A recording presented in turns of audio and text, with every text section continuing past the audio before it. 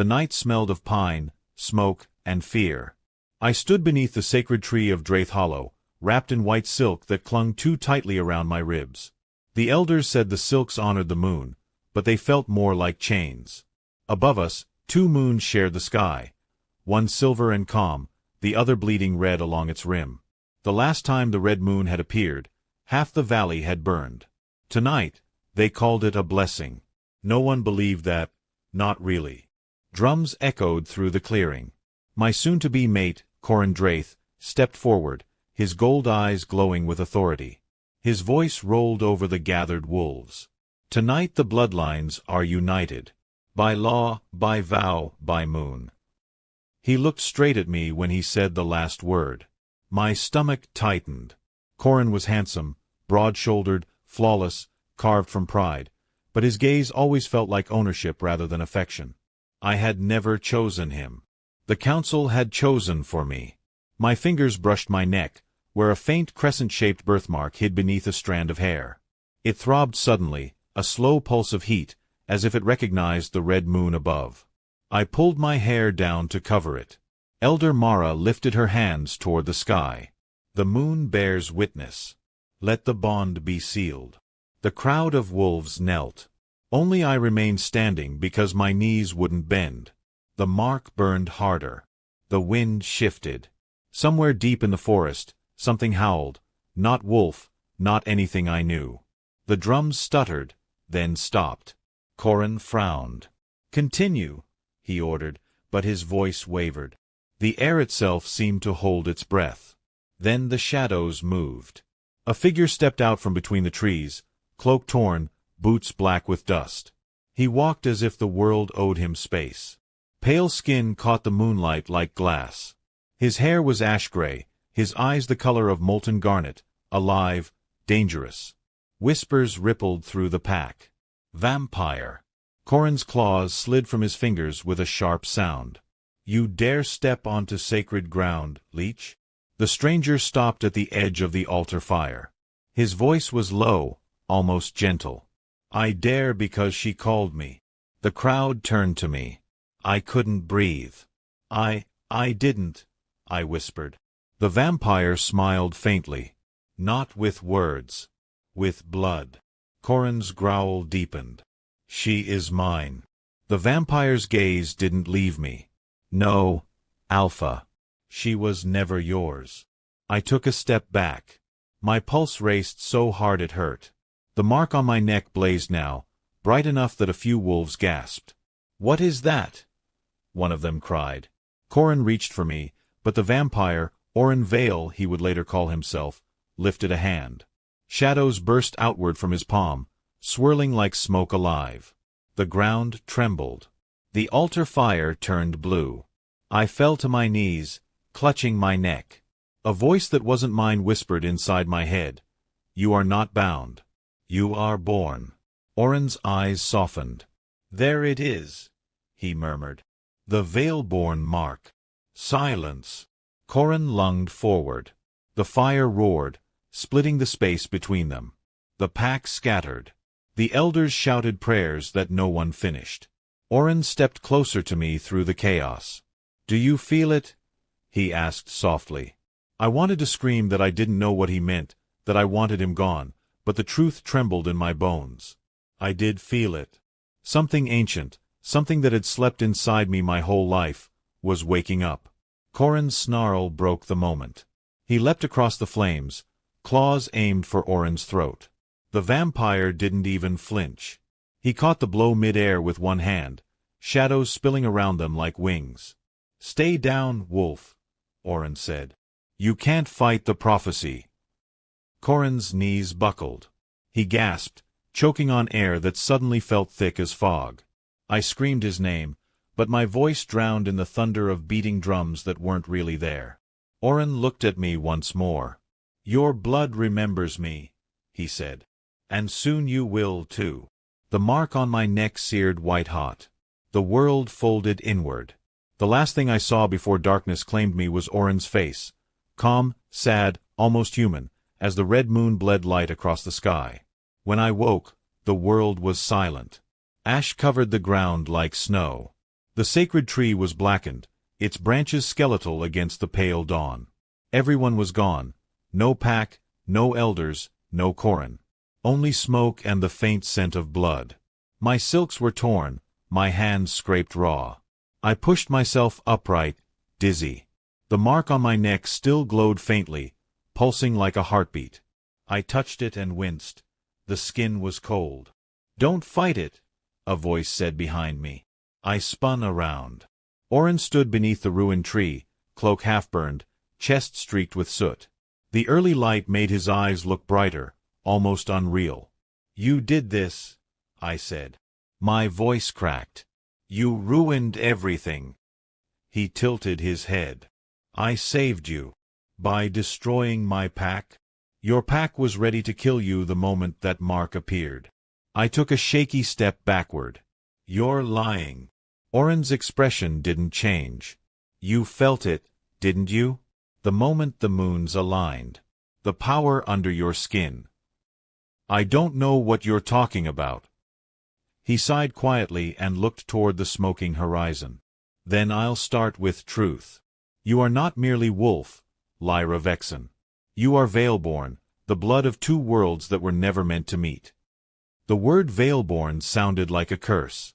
"What does that even mean?" "It means the laws of moon and shadow don't apply to you." His gaze softened. "It means you are what both sides fear most." I shook my head hard. "No. I'm just me.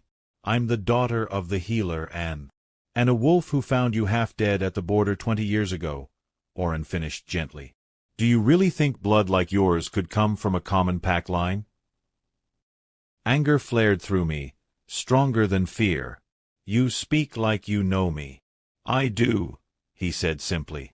"I've waited lifetimes for you." The words stole my breath. "That's insane." "Maybe."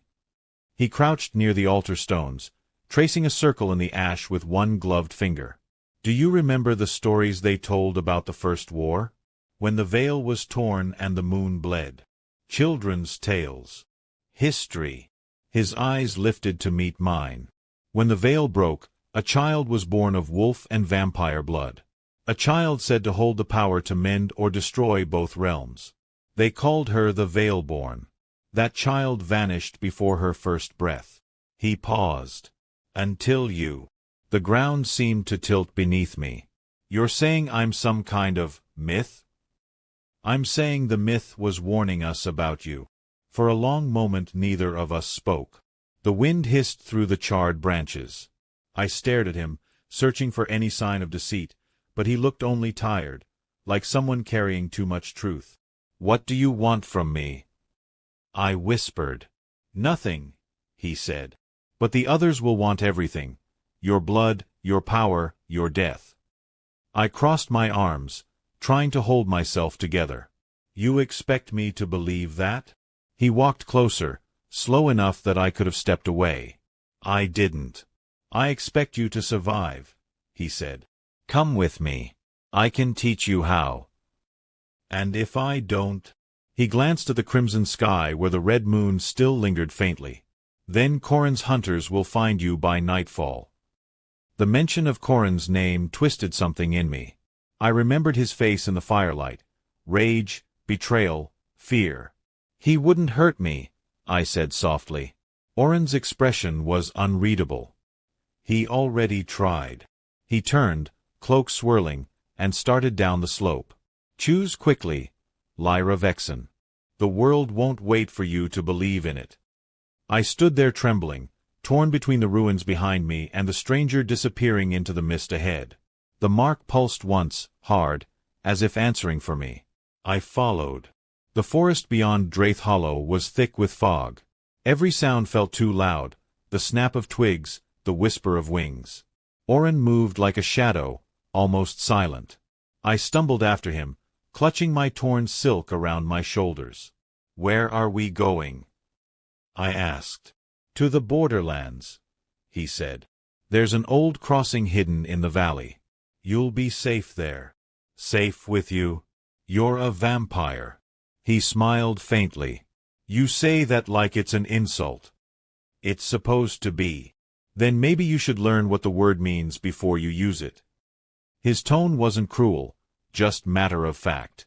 We drink blood, yes, but not always for hunger. Sometimes for memory. Sometimes for strength. Sometimes, he looked back at me, for connection. I ignored the shiver that ran down my spine. You talk too much. You ask too many questions. Because nothing you say makes sense. He laughed quietly, a sound that startled me more than his anger would have. Good. Keep doubting me. It will keep you alive. We walked until the sun began to fade. When we reached a stream, I knelt to drink. My reflection shimmered on the surface, pale, tired, and strange. The mark on my neck glowed softly, haloed by red light. Oren knelt beside me. It's changing, he murmured. What is? The mark. It's reacting to the veil's pull. Stop talking in riddles. He looked at me for a long time. All right, then plain words. That mark ties you to me now. My head snapped toward him. What? When I shielded you at the altar, our blood mingled. You bear a part of my shadow. Until the bond fades, if one of us dies, the other follows. I stared at him in horror. You bound me to you? It was the only way to save you. You should have let me die. Oren's jaw tightened. You don't mean that. I do. No, he said quietly. You're angry because you can feel me inside the bond. Because some part of you knows it's right. The words stole my breath again. I wanted to slap him, to scream, but all I could do was whisper, You don't know me. Not yet, he said. But I will. He stood and offered his hand. I hesitated before taking it, more out of exhaustion than trust. His skin was cool, not cold, like stone that had once known sunlight. As he helped me up, the forest shifted around us. Distant howls rose from the east, Corin's hunters, closer than I wanted to believe. Oren's eyes darkened. They've already crossed the ridge. We move now. We ran through the trees, shadows twisting at our heels. The mark on my neck burned brighter with every heartbeat, guiding us deeper into the unknown. Hours later we reached a cliff overlooking a valley shrouded in mist. The red moon was gone, leaving only silver light. Oren stopped at the edge. Below, he said, pointing. The cursed valley. Once the border between wolf and vampire lands. Now a graveyard. And you think that's safe? He glanced at me. Nothing hunts the dead. I almost laughed. Comforting. He looked out across the valley, his profile carved in moonlight. You'll understand soon. The veil calls to its blood. And you, Lyra, are its heartbeat. I wanted to tell him to stop saying things that sounded like poetry and prophecy all at once, but the words stuck in my throat. Because somewhere deep inside, I already knew he was right. The mark pulsed again, slower now, calmer, as if it had finally found the rhythm it was waiting for. I wrapped my torn silk tighter around me. If I'm what they fear, I said quietly, what happens when they find me? Oren's gaze met mine, steady and unflinching. Then we make them afraid of you for real. The wind rose, carrying the scent of rain and ashes. Below us, the valley whispered like a living thing. And for the first time, I realized my old life was truly gone. The girl who had stood beneath 2 moons was dead. Only the Veilborn remained. Dawn crept slowly through the fog, pale light spilling across the cliffs. The valley below looked endless, rolling mists wrapped around black ruins, their shapes like bones half buried in earth. Oren and I had stopped long enough for him to make a small fire from damp branches. It barely burned, but the smoke kept the insects away. I sat a few feet from him, arms wrapped around my knees. The silence between us was heavy, stretched tight like a string that might snap. What happens now? I finally asked. Now, he said, poking the fire, you learn what you are before someone else decides it for you. I already know what I am, a mistake. He looked up. No, a secret. There's a difference. He threw a handful of dried leaves into the fire. It flared green for a second, and a faint hum filled the air. Symbols glimmered in the smoke, circles, runes, shapes I couldn't name. "What is that?" I whispered. "Blood memory," he said. "It helps me see what's hidden." He motioned for me to come closer. Reluctantly, I did. The air near him smelled faintly of iron and frost. "Hold out your hand." I hesitated. "Why?" "To show you." I held out my hand, and he pressed a cold fingertip against my wrist. Light flashed beneath my skin, racing up my arm to the mark on my neck. For a heartbeat, the world vanished. I saw two figures, one cloaked in silver fur, the other in crimson silk, standing before a shattered throne. Their hands touched, blood dripping from their joined palms. Behind them, the sky burned red. Then everything dissolved. I gasped and jerked my hand back. "What was that?" "Your parents," Oren said quietly. "The Wolf King and the Crimson Queen." "No," I said at once. "My parents were healers. They were the ones who raised you, yes. But not the ones who made you." He reached into his cloak and pulled out a small crystal pendant, cracked down the middle. "Your real mother gave me this to keep you hidden. When she fell, the veil closed and trapped me for centuries. Only when you were born under the twin moons did it open again." "You expect me to believe you've been waiting centuries?" "I don't expect anything. But the mark on your neck believes me." I touched the mark again. It felt warm now, pulsing faintly. The truth pressed against me from all sides, but I couldn't accept it yet. "Why me?" I asked. "Why would they leave me?" "Because prophecy demanded it," he said simply. "The child of two bloods would either end the curse or finish what the war began." "That's not an answer." He smiled slightly. "Prophecies rarely are." We packed what little we had and began the descent into the valley. The air grew colder, thicker, as if we were walking into the breath of something ancient. Strange lights flickered far below, green and blue, like fireflies made of mist. "Don't stare at them too long," Oren said. "They're echoes." "Of what?" "Souls that never left." A shiver ran through me. "You live in a very comforting world. You're part of it now." We walked until the fog thinned and the ruins came into view. Arches broken in half, statues eroded by time, words carved in a language older than either of us. In the center of it all stood a stone pool, still and silver. Oren stopped. "Here," he said. "The crossroads." He knelt by the pool and drew his dagger. The blade shimmered faintly violet. "Give me your hand. I've had enough of your magic for one day." "This isn't magic. It's memory again, but this time you'll control it." Something in his tone made me obey. I offered my palm. He sliced his own, letting dark blood drip into the water. "Now you," he said. I nicked my finger and let a single drop fall. The moment it touched the pool, light burst outward. Visions swirled, wolves running beneath twin moons, vampires kneeling in crimson halls, flames devouring thrones. Then I saw a baby wrapped in silk, placed gently into the arms of a stranger. The stranger's face was familiar, Elder Mara, the same woman who had led my binding ceremony. She had known all along. When the images faded, I stared down at the water. My reflection had changed. My eyes shimmered faintly red. "She lied to me," I whispered. "They all did," Oren said. "Because if you knew what you were, the war would have started sooner." The truth landed heavy inside me. Every lesson, every law, every prayer to the silver moon, they had been ways to keep me small. "What do I do now?" He looked at me for a long moment, then said, "You learn to burn." We made camp near the edge of the ruins. I couldn't sleep. The mark on my neck pulsed in rhythm with the wind. Memories I'd never lived flickered behind my eyes.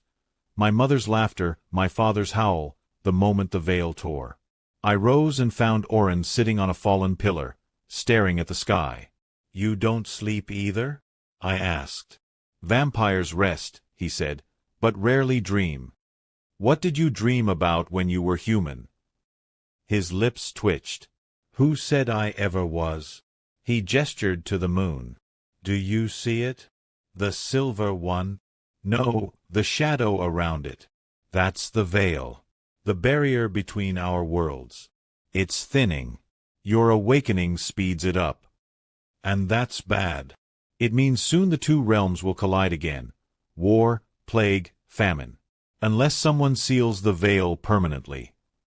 I looked at him. And you think that someone is me? I know it is.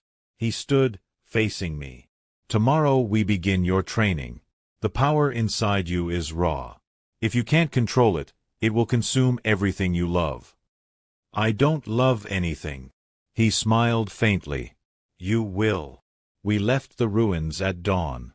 The mist rolled behind us like a closing door. By midday the forest thickened. The path twisted around cliffs and roots older than memory. Oren moved ahead, silent as smoke. I tried to match his pace but tripped more than once. Every time, he caught my arm without looking back. Do you always have to be so graceful? I muttered. It's called centuries of practice. Show off. He almost smiled. You're learning to insult me properly. That's progress. For a few minutes, it felt almost normal. Two travelers teasing each other, not fugitives hunted by an entire race. But the illusion shattered when the wind changed. Oren froze. His eyes narrowed. They're close. How many? Too many. He sniffed the air. Wolves. I can smell silver and bloodroot oil. Corin, I whispered. He nodded. He won't stop until he drags you back or burns the valley to ash. I swallowed hard. Then we run. We ran. Branches whipped against my face. The ground blurred beneath my feet. I could hear the howls now. Dozens, maybe more, echoing through the trees. My lungs burned. Oren didn't look back, only moved faster, shadows twisting around his arms like armor. We burst into a clearing bordered by cliffs. A river roared below, black and deep. Jump, he said. You're insane. They'll smell us if we stay. I glanced behind us. Golden eyes flickered between the trees. There was no time. I jumped. The water swallowed me whole. It was freezing, a shock that stole my breath. Oren hit the surface beside me, grabbed my wrist, and pulled me toward the far bank. We crawled onto the rocks, soaked and gasping. That, I said, shivering, was a terrible plan. You're alive, he said. So it worked. I glared at him. Barely. Barely counts. He offered his cloak. I hesitated, then took it. The fabric was heavier than it looked, warm where it touched my skin. Thank you, I muttered. Don't thank me yet. The hunt won't stop. We followed the river downstream until the forest opened into marshland. Fog curled around our ankles. Strange lights flickered again in the distance. Echoes, I asked. Worse, he said. Shades, souls twisted by rage. Stay close. As we walked, a shape rose from the mist, a woman, or what was left of one. Her face was pale, her eyes hollow pits. She reached for me, whispering in a voice like broken glass, Veilborn. I stumbled back. It knows my name. Oren stepped between us. He drew his dagger, slicing through the air. The shadow screamed and dissolved into mist. They all know your name now, he said grimly. The veil is listening. I hated the fear creeping up my throat. Why me? Why can't it listen to someone else? Because you're alive. It feeds on power and memory. You're both. We found shelter beneath a crumbling archway. Rain began to fall, soft and steady. Oren lit another small fire. I sat beside it, staring into the flames. Tell me about Corin, he said after a while. Why? Because you'll have to face him again, and knowing your enemy matters. He wasn't always my enemy, I said quietly. When I was chosen to be his lunar, he promised protection. I thought that meant love. I was wrong. What changed? The moment you appeared. I met his gaze. He looked at me like I was a threat, not a bride. You are both, Oren said softly. To him, your power means the end of his rule. I looked into the fire. And to you? What am I to you? He didn't answer right away. The silence stretched. Then he said, You're the reason I'm still alive. I frowned. You mean because of the bond? Partly. But also because I was ready to let the darkness take me long ago. Then your blood called me. I heard it through the veil. That sounds impossible. Most true things are. Rain tapped on the stones above us. For the first time since the ceremony, I let myself breathe. The firelight painted his face in soft gold, hiding the sharpness of his fangs. For a moment, he didn't look like a monster at all. Why did you save me that night? I asked. Because the world needed you. That's not what I meant. He met my eyes. I know. Neither of us spoke after that. The fire burned low, the rain eased, and exhaustion finally pulled me into sleep. I woke to the sound of a horn. Not close, but near enough that the ground trembled. Oren was already standing, eyes bright. They've found our trail, he said. We move now. We ran again, through mud and thorns. The sky had turned gray, heavy with storm. Every howl behind us felt closer. At the edge of the marsh, the land rose sharply into stone ridges. Oren leapt up first, then pulled me after him. Lightning flashed across the valley, revealing dozens of wolves in black armor moving through the mist. They won't stop, I said. They can't, he replied. Their alphas will bind them. We reached the ridge top just as the rain turned into a downpour. I could barely see. Oren grabbed my shoulders. Listen to me. If they catch you, they'll drag you back to the altar and drain your blood into the bloodstone circle. They think it will seal the curse. It will only kill you. How do you know all this? I was there when they planned it, before they betrayed my kind. Thunder rolled, drowning the world. I looked over the cliff's edge. The drop was sheer, ending in darkness. There's nowhere left to run. Oren's eyes flicked to mine, red burning bright. Then we fight. The first wolf reached us, gray fur bristling beneath black armor. Oren moved like smoke, his daggers flashing. Shadows followed his every motion, wrapping around him like wings. I could only watch, heart pounding. Another wolf lunged for me. Instinct took over. I raised my hands, and light burst from my palms. White flame, pure and blinding, shot through the rain. The wolf vanished in a flash of ash. I stood frozen, breathless. What did I just do? Oren turned, eyes wide with something like awe. You called the moonfire. The power hummed beneath my skin, wild and alive. I looked at my hands, trembling. I didn't mean to. Intent doesn't matter, he said. You're awakening. The rest of the wolves hesitated, howling in confusion. Oren took my hand. We go. Now. We ran down the opposite slope into the storm. Behind us, lightning struck the ridge, igniting the forest in blue flame. The howls faded.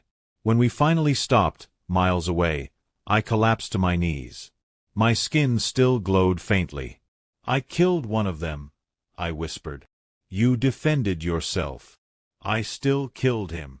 Oren knelt beside me. Power demands cost. You will learn to choose when to pay it. I met his gaze. Teach me, then. Teach me how to stop being afraid of what I am.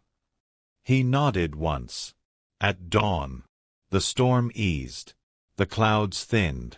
For the first time, the silver moon returned, alone now, no blood, no twin. Its light washed over the valley, quiet and cold. I felt the mark on my neck pulse one last time before settling into calm. Somewhere deep inside, something new had taken root. Not peace, not yet, but strength. And though I didn't say it aloud, I knew the truth. The hunt hadn't ended. It had only just begun. When morning came, the forest was quiet again. Mist drifted between the trees like breath from something sleeping. I sat by the dying fire, watching the smoke twist upward. My hands still glowed faintly from the night before. Every time I blinked, I saw the flash of white flame that had burst from my palms and burned a wolf to ash. Oren stood a few steps away, cleaning his blades. The blood had already vanished, swallowed by the rain, but he still moved with the careful calm of someone who expected another fight. "Do they always come back that fast?" I asked. "Wolves?" "Yes. They don't give up easily, especially when they're following a command." "You mean Corin?" He nodded. He bound the hunt through oath. "They'll track you until they die or he does." I swallowed. "So I'm never safe." "Not yet." He looked at me then, and something softer flickered behind the crimson in his eyes. "But you're stronger than you think. Strong doesn't mean ready. Then we'll make you ready." He knelt beside me and drew a small circle in the dirt with his dagger. "This will focus the bond. Sit here." "The bond?" I frowned. "You said it fades. Only if we let it." He met my gaze. "If we strengthen it, we can share energy. You'll be able to draw from my shadow when your fire drains you." "And what do you get?" He hesitated. "Balance. Fire and shadow keep each other from burning out." I didn't know if I trusted him, but the memory of that wild, uncontrolled fire still frightened me. I nodded and sat inside the circle. Oren sat across from me, palms open. "Give me your hands." I did. His skin was cool, the chill seeping into my fingers. The mark on my neck throbbed in response. "Close your eyes," he said. When I did, I felt his power brush against mine, cold meeting heat, dark meeting light. It wasn't painful, just strange, like standing in two seasons at once. "Focus on your heartbeat," he whispered. "Match it to mine." At first I heard only the rush of blood in my ears. Then another rhythm joined it, steady, slower, ancient. My pulse followed until the two beats became one. Something shifted inside me. The mark blazed. I gasped as light and shadow spiraled through the circle, twining around us like smoke made of stars. "What's happening?" I breathed. "The bond is choosing its shape," Oren said. "Don't fight it." Images flickered behind my eyelids, flashes of his memories and mine colliding. I saw battles fought under black skies, thrones crumbling, his face younger, full of grief. And I knew he saw me. My childhood, my fear, the first night I saw the red moon. When the light faded, I opened my eyes. A faint line of silver now connected our palms, pulsing gently before vanishing into our skin. Oren released me and exhaled. "It's done." I flexed my fingers. "I don't feel different." "You will when it matters." He stood, but his steps faltered slightly. I reached out instinctively. "You're pale." I gave more of my energy than I should. He forced a smile. "It will return." "You shouldn't have." "Lyra." His tone softened. "You're not a burden. You're the reason I'm still fighting." That silenced me. The wind stirred the ashes between us, scattering the circle. I looked at him, unsure what to say, so I said the only thing that felt true. "Thank you." He nodded once, then turned toward the forest. "We move before the sun sets. The next place we rest will be the crossroads proper, the heart of the valley. There you'll begin to control the flame." The journey took the entire day. We crossed broken bridges and rivers that smelled of iron. The closer we drew to the center of the valley, the heavier the air became. Shadows clung to the ground like roots. At dusk, we reached a narrow pass between two cliffs. Vines hung from the rock, hiding an arch carved with runes. Oren brushed the vines aside and touched the stone. It glowed faintly under his hand. "Beyond this lies the heart of the curse," he said. "Once we cross, there's no turning back." "Is that supposed to scare me?" "It should." He pushed the gate open, and cold air rushed out, smelling of old storms and forgotten prayers. We stepped through. The world changed. The ground was covered in white sand that shimmered like bone. Crystals jutted from the earth, pulsing with red light. Above, no moon shone, only a blank gray sky. The silence was complete, so deep it pressed against my ears. "This place," I whispered. "It feels alive." "It is," Oren said. "The valley remembers every betrayal." He pointed to a tall spire in the distance, half buried in mist. "That's where we're headed. The Oath Hall. What happens there? You'll learn what your fire truly is." He started walking. I followed, though every instinct screamed that we shouldn't be here. The air tingled against my skin, as if unseen eyes watched every step. When we reached the base of the spire, the ground trembled faintly. The entrance was a wide arch leading down into darkness. Symbols glowed faintly along the walls, wolf runes intertwined with vampire sigils. Oren lit a small flame at the tip of his dagger.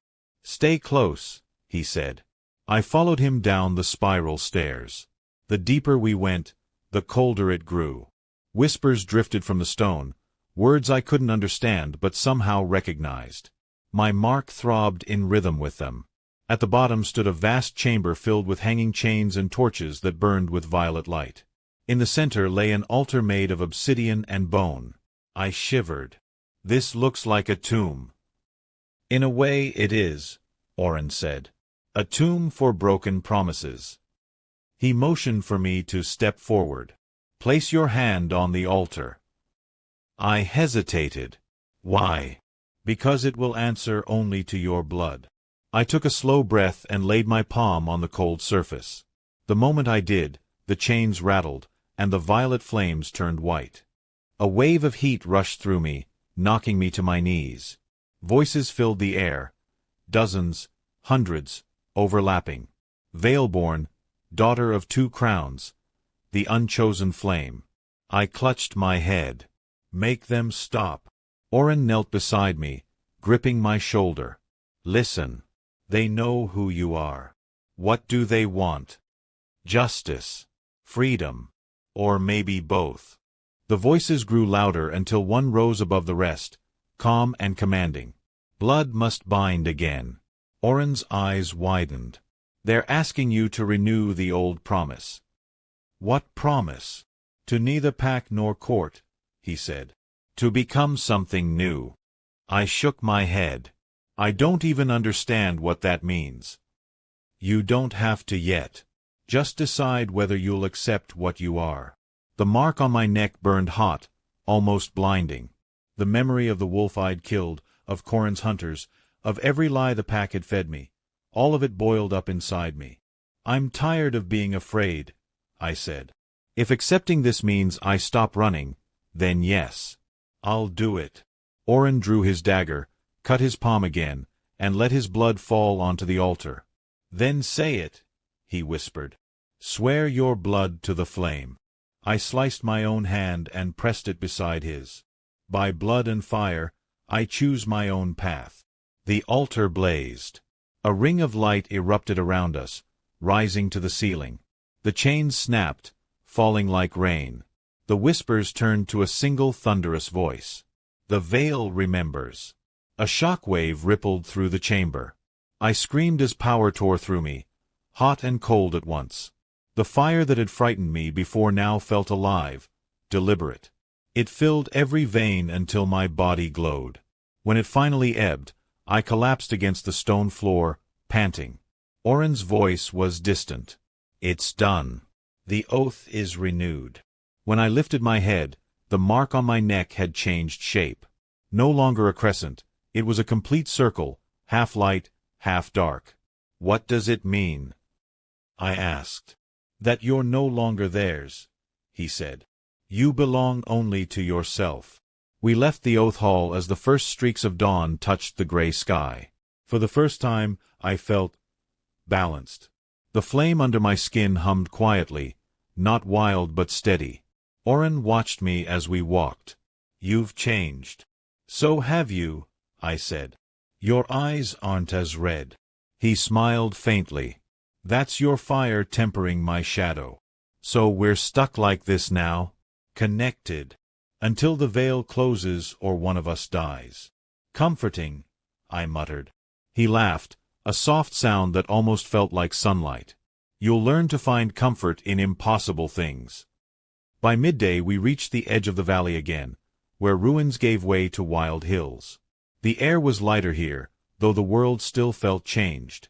I could see faint red threads twisting across the sky, like cracks in glass. The veil is weakening faster, Oren said. When you renewed the oath, you woke the flame. It pushes against the barrier. Is that bad? It's necessary, but dangerous. Others will feel it. Others. The Blood Council. The witches of the Northern Keep. Maybe even your mother's ghost. He glanced at me. They'll all know you're alive now. I stopped walking. So what? They'll come after me. Some will want to worship you. Some will want to kill you. We need allies before either happens. Where? North of here lies the Crossroads Sanctuary. A few of my kind still survive there. Hybrids, rogues, the ones who refuse to fight. If they see the mark, they might join us. I nodded. Then let's go. The road north wound through fields of silver grass. At night, the blades glowed softly, lighting our path. It was almost beautiful, until the howls returned. Faint, far away, but real. They've found the trail again, Oren said grimly. Corin won't stop. What if I confronted him? End it myself. Too soon. Your power's tied to emotion. If he provokes you, you could burn half the valley. Maybe that's what it deserves. He stopped walking. Don't say that. Fire can cleanse or destroy, Lyra. You have to choose which. The way he said my name, quiet, certain, broke through my anger. I don't know how to choose. You will. He looked at the horizon. You already chose to live. That's a start. We reached the crossroads at dusk the next day. From a distance, it looked like nothing more than crumbled towers and overgrown walls. But as we approached, symbols shimmered in the air, a barrier of light. Oren touched one of the sigils, whispering something in an old tongue. The barrier faded. Inside the ruins, a few figures emerged from the shadows. Their eyes glowed faintly, some gold, some red, some both. Hybrids. A tall woman stepped forward, her hair streaked with silver. Oren Vale, she said. I thought you were dust. Not yet, Sarah, he replied. I brought someone. Her gaze shifted to me. The mark, she whispered. Moon and shadow. The others murmured, retreating slightly. Is it true, then? The Veilborn lives. Oren nodded. And she carries the flame. Sarah studied me, then bowed her head. Then the world truly is changing. I didn't know what to say. These people, half wolves, half vampires, looked at me as if I were both salvation and disaster. The weight of their stares pressed against my skin. Oren spoke quietly. They need hope, Lyra. Give them that. I stepped forward, unsure of my own voice. I'm not your queen, I said. I'm not here to rule. But I will fight so that none of you have to hide again. For a moment, silence. Then Sarah smiled faintly. Then you already are a queen, even if you don't wear a crown. The others bowed their heads. Heat rose to my cheeks. I wasn't used to being believed in. That night, we camped among the ruins. Oren spoke with Sarah in hushed tones while I sat apart, staring into the fire. My thoughts spun, about Corin, about my parents, about the mark that glowed faintly even in darkness. Oren joined me after a while. You spoke well today. I spoke like someone pretending not to be afraid. That's all leadership is sometimes. I smiled faintly. And what about you? What do you pretend? He looked into the fire. That I still have time. What do you mean? He didn't answer. Instead, he handed me a pendant carved from black stone. Keep this with you. It will hide the bond's light when you need to pass unnoticed. I slipped it over my neck. The glow beneath my skin dimmed. It feels cold. Good, he said. Cold reminds you you're alive. We sat in silence, the fire crackling softly. Beyond the walls, the wind carried distant howls and the promise of war. For the first time, though, I didn't feel like running. Because somewhere between shadow and flame, between fear and faith, I had begun to understand what I was becoming. Not wolf. Not vampire. Something new. Something the world would have to name all over again. Morning crept slowly through the ruins. The air smelled of wet stone and something older, like dust that remembered fire. I sat on a cracked pillar, watching silver light crawl across the floor. Around me, the crossroads sanctuary stirred, half wolves sharpening blades, half vampires checking the wards, children darting between tents.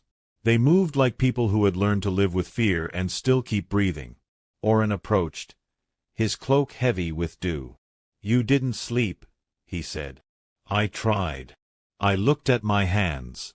Every time I close my eyes, I see flashes, faces I don't know, battles I've never fought. He nodded. "The Oath Hall woke your blood memories. Fragments will surface until they fit together. I don't want them. Want has nothing to do with it." He crouched beside me, eyes softer. "The more you resist, the more they'll claw at you. Let them speak." He offered his hand. "Walk with me." We left the camp and followed a path through tall grass until we reached the valley's edge. Mist drifted below us like a sea. Oren drew a small blade from his belt, different from his others, delicate, silver with faint blue runes. "This belonged to your father," he said. "I kept it after the fall. I took it carefully." The metal was warm, humming faintly. When I traced the runes, images rushed through me. A man with silver eyes kneeling before a burning throne, a woman with crimson hair reaching for him. Their voices merged into one. "Our child will end what we began." The vision broke. I stumbled, breathless. "I saw them," I whispered.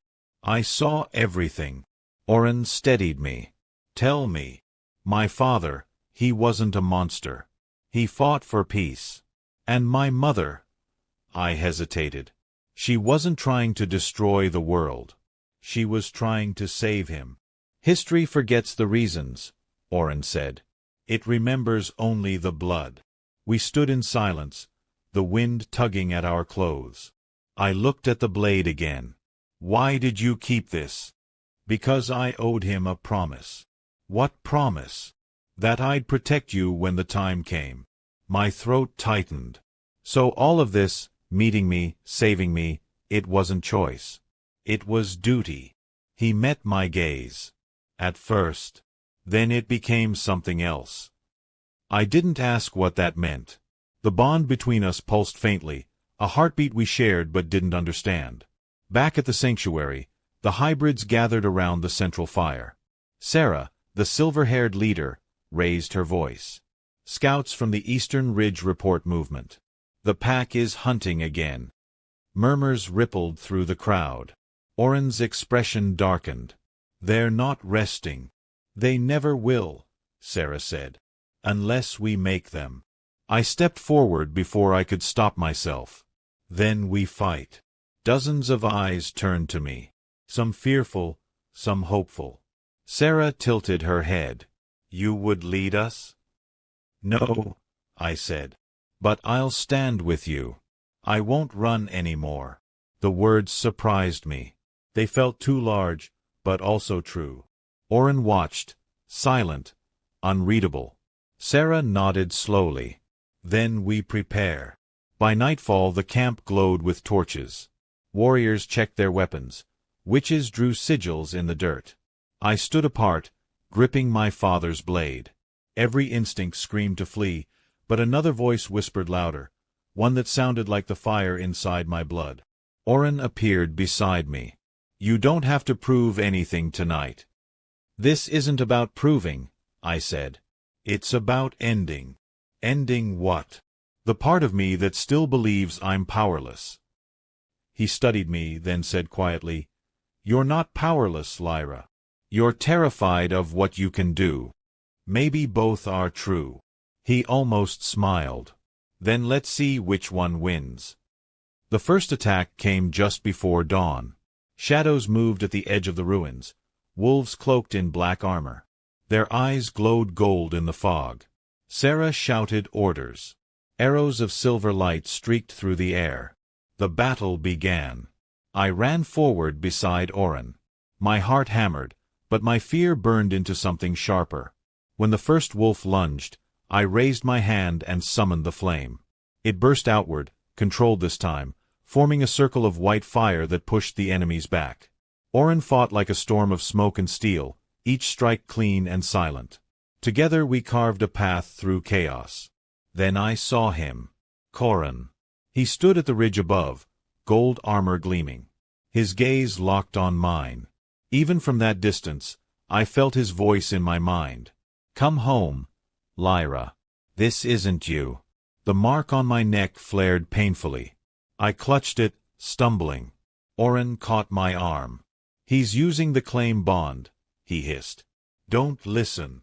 His voice was drowned by Corin's whisper echoing inside my skull. You were mine before he poisoned you. I screamed, both from anger and the burning in my blood.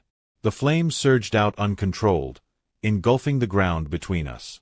Wolves scattered. Corin vanished in the blaze. When it faded, silence fell. The survivors fled into the fog. The sanctuary stood, battered but alive. I dropped to my knees, shaking. Oren knelt beside me. You stopped him. I lost control again. You saved them. I almost burned everything. He placed a hand on my shoulder. You're learning balance. Even the sun has to burn before it shines. I looked at him, exhaustion pulling at my bones. You always talk like that? Only when I'm right. For the first time, I laughed, a short, broken sound, but it felt real. The battle had changed something in me. The fear was still there, but it no longer ruled me. That night, as the others celebrated their narrow victory, I sat with Oren by the dying fire. The moon was full, silver and soft. He said quietly, You're becoming what they whispered you'd be. What's that? Hope. The next morning brought cold rain. We buried the fallen by the northern wall, marking their graves with stones carved with both fang and claw. Sarah said it symbolized unity. I thought it looked like sorrow frozen in rock. After the burial, Oren found me near the stream. He handed me a small vial of dark liquid. Drink. What is it? Moonroot essence. It will help steady the fire. I hesitated. And if it doesn't, then you'll glow brighter when you explode. I glared. He almost smiled. Joking helps. Not really. I drank. The liquid burned down my throat, sharp and metallic. My mark cooled slightly. The humming in my veins eased. Better, he said. Barely. Barely counts, he reminded me. We didn't get long to rest. Scouts returned before noon with grim faces. The Alpha himself leads the next hunt, one said. Hundreds. Sarah looked to me. What now, Veilborn? The title still felt foreign. We can't win by hiding, I said. But we can outthink him. Oren raised an eyebrow. Go on. He wants me, not you. So we give him what he wants. Sarah frowned. You mean to face him alone?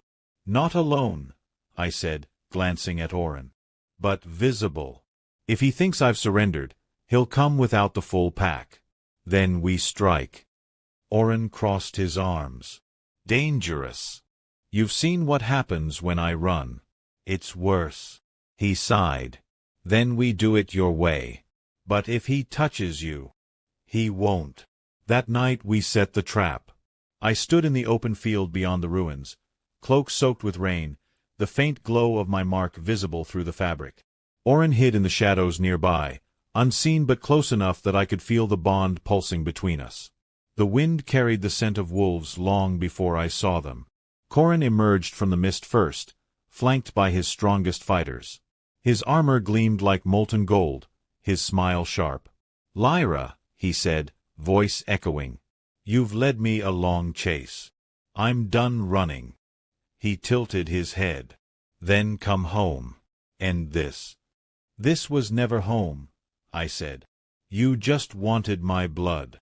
His expression hardened. You're sick, twisted by that creature. His gaze flicked to the shadows where he knew Oren hid. I can free you. You mean control me. He stepped closer. You belong to the pack. To me. The mark on my neck pulsed, trying to answer his command. I clenched my fists. I belong to no one. Then die with him. He lunged.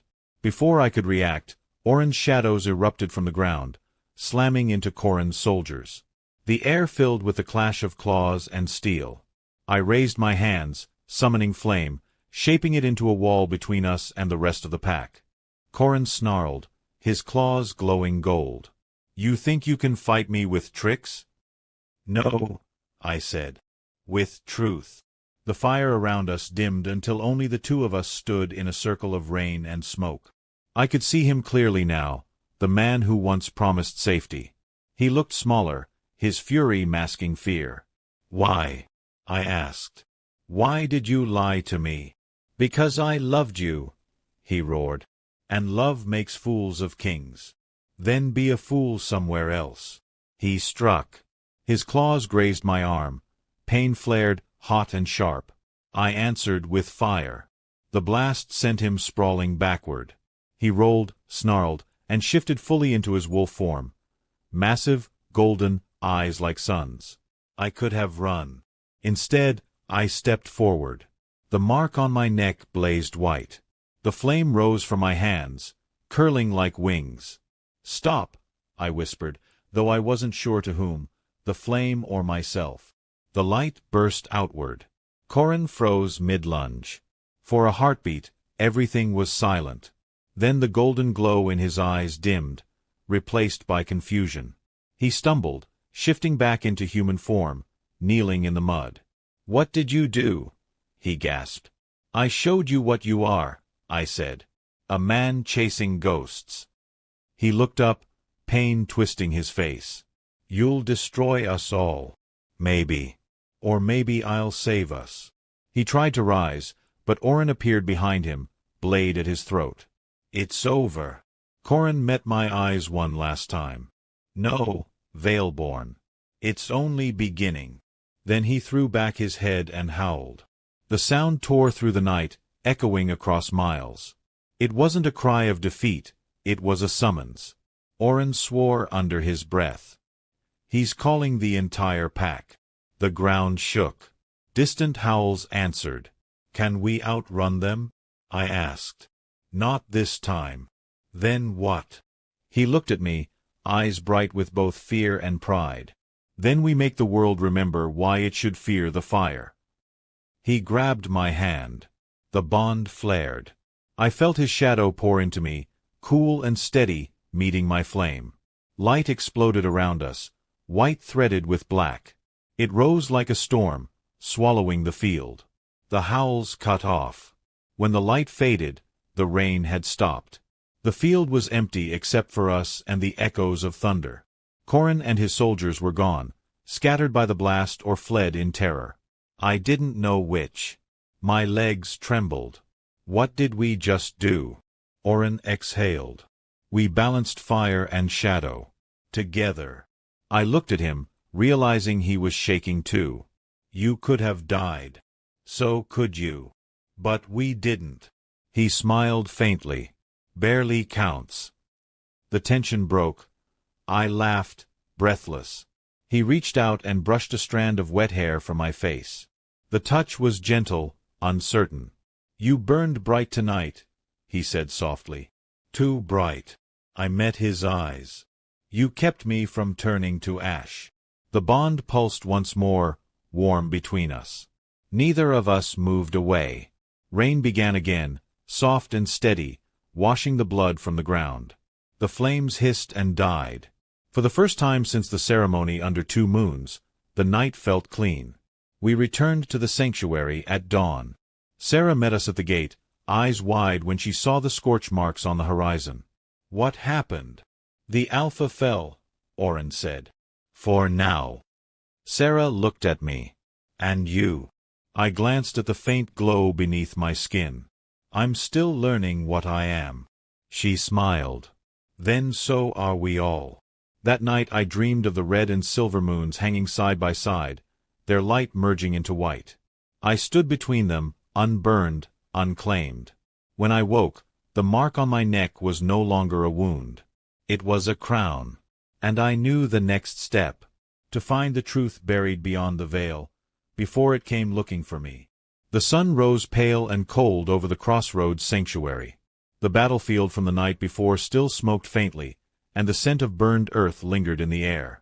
I stood on the high wall, watching the mist drift through the valley below. Every time I blinked, I saw flashes of light and shadow, the fire I had unleashed, the faces of those who fled, and the gold in Corin's eyes before he vanished. Oren approached quietly, his cloak brushing against stone. "You didn't sleep again," he said. "How could I? Every time I close my eyes, I hear him." "Corin." "No. The veil." I turned to him. "It's whispering to me now, calling me by name." He frowned. "What does it say?" "Just one thing. Come home." Oren's expression darkened. "Then it's waking faster than I feared." He walked to the edge of the wall and looked toward the north. "The balance is shifting. The more power you use, the thinner the veil becomes. Soon the two realms will bleed into each other. And if that happens, everything dies," he said simply. "Wolves, vampires, humans. The veil doesn't separate just worlds. It separates life from what came before." I gripped the railing. "Then we seal it again." He hesitated. "That's not as simple as it sounds. To seal it, we need the heart of the veil, the crystal your mother used when the First War ended. It was lost when the Crimson Court fell." "Where?" "Some say she hid it beyond the waking veil, where the dead remember their names." "The dead?" He nodded. "It's a place between realms. Dangerous, even for me." I looked at him, steady. "Then that's where we're going." He sighed. "You always decide before you understand." "Maybe," I said, "but deciding is the only reason I'm still alive." He smiled faintly at that. "Then pack light." We left the sanctuary by dusk, taking only what we could carry. The hybrid stayed behind to guard the survivors. Sarah clasped my wrist before we departed. "If you find the heart," she said, "don't let it find you back." "What does that mean?" "You'll know when it's too late." Her words followed me long after we left. The path north wound through a dead forest. Trees grew twisted and pale, their branches like ribs. The ground shimmered faintly, littered with shards of glass that reflected faces not our own. I kept catching glimpses of my mother's crimson eyes, or Corin's sneer, or myself as a child. "This place isn't natural," I whispered. "It's the borderland," Oren said. "The space where the veil starts to breathe." We camped near a black river. Its surface didn't move, though I could hear it whispering beneath. I sat close to the fire, watching Oren polish his dagger. "You said the veil separates life from what came before," I said. "What does that mean?" "It keeps the dead from walking." He paused. "And sometimes the living from remembering too much. Have you ever been beyond it?" "Once. Long ago." "What did you see?" He didn't answer. His jaw tightened. "Sleep while you can. Tomorrow we cross." When morning came, the fog was so thick it felt like walking through breath.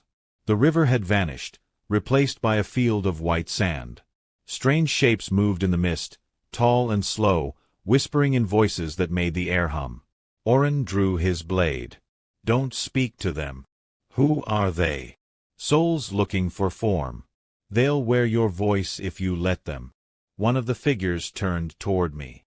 Its face shimmered, and suddenly I was staring at myself. My reflection smiled, eyes empty. "Lyra," it said softly, "why are you afraid of coming home?" I stumbled back. "Oren." He moved between us, shadows erupting around him. The reflection screamed and dissolved into smoke. "Keep your thoughts guarded," he warned. "They can smell doubt." We pressed onward until the mist cleared. Ahead stretched a vast expanse of black water, still as glass. In the center rose a lone tower, its walls cracked and glowing faintly from within. "The waking vale," Oren said. "That's where the heart is." I looked at the endless water. "And how do we get there?" "Like everything else," he said. "We bleed for it." He drew his dagger and sliced his palm. His blood dripped onto the sand, vanishing instantly. The air shimmered, forming a narrow path of stone across the surface. He offered his hand. "Walk, but don't look down." "Why?" "Because you won't like what looks back." I took his hand and stepped onto the path. The water below reflected not sky, but scenes from the past. Wolves marching under silver banners, vampires kneeling in crimson halls, and between them, a woman holding a baby wrapped in white. Each step made the reflection ripple. The whispers grew louder. "Come home. Come home." Halfway across, the path trembled. Cracks spread under our feet. Oren tightened his grip. "Don't stop." But I did. My reflection below shifted. It wasn't me anymore. It was my mother. She smiled, sadness and love in her eyes. "Lyra," she said, "you're not ready."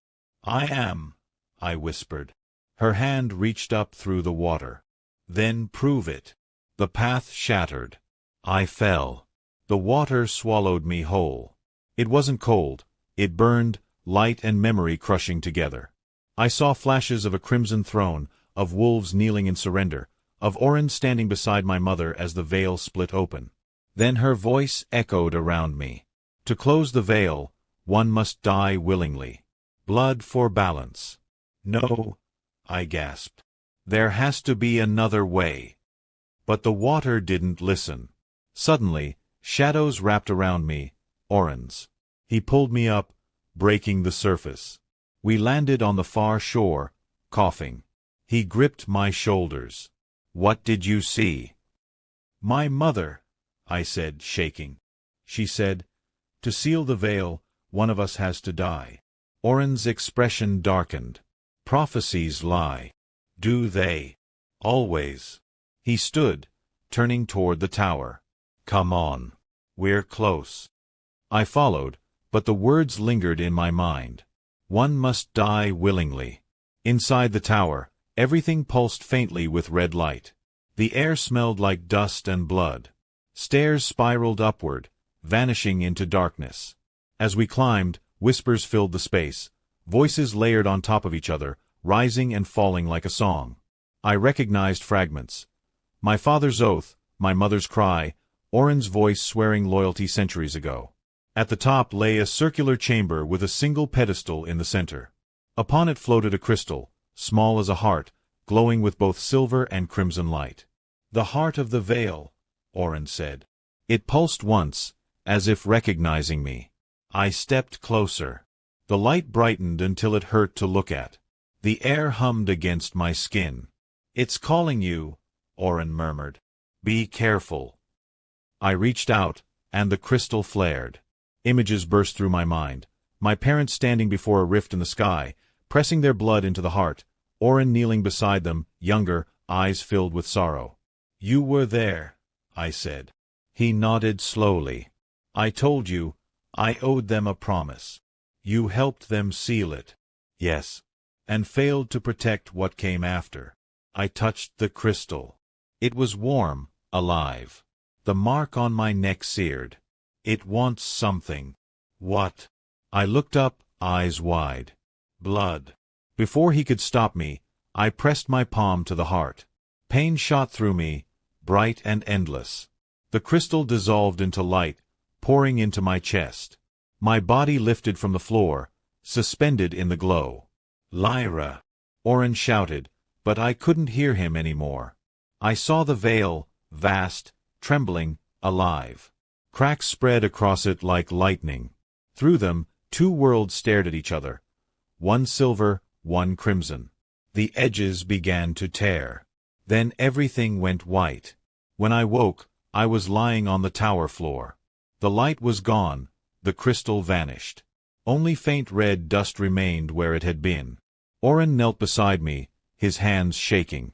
"You stopped breathing," he said quietly. "For almost a minute." "I saw the veil," I whispered. "It's alive, Oren. It's not just a barrier, it's a creature." He looked at me sharply. "A creature. It feeds on balance. Every war, every sacrifice, it's how it keeps existing. My parents didn't just seal it. They fed it their lives." Oren's expression turned grim. "Then sealing it again might not save us. It might give it exactly what it wants." I sat up slowly. "So what do we do?"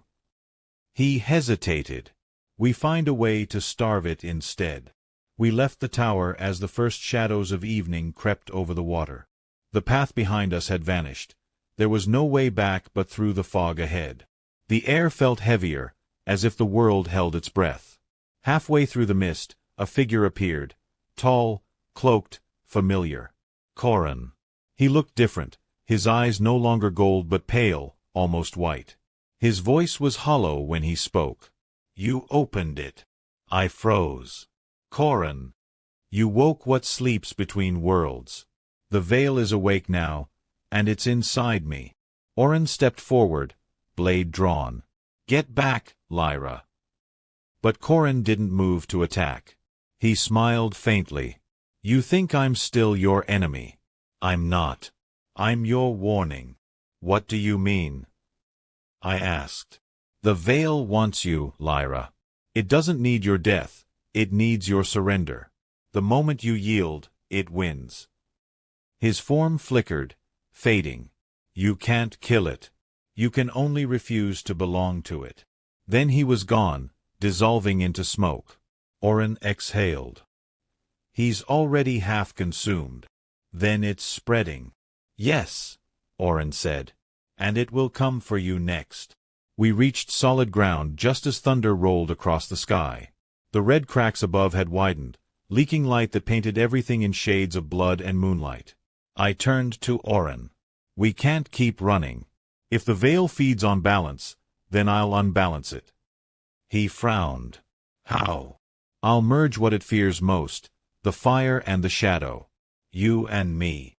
That could kill us. It could save everyone."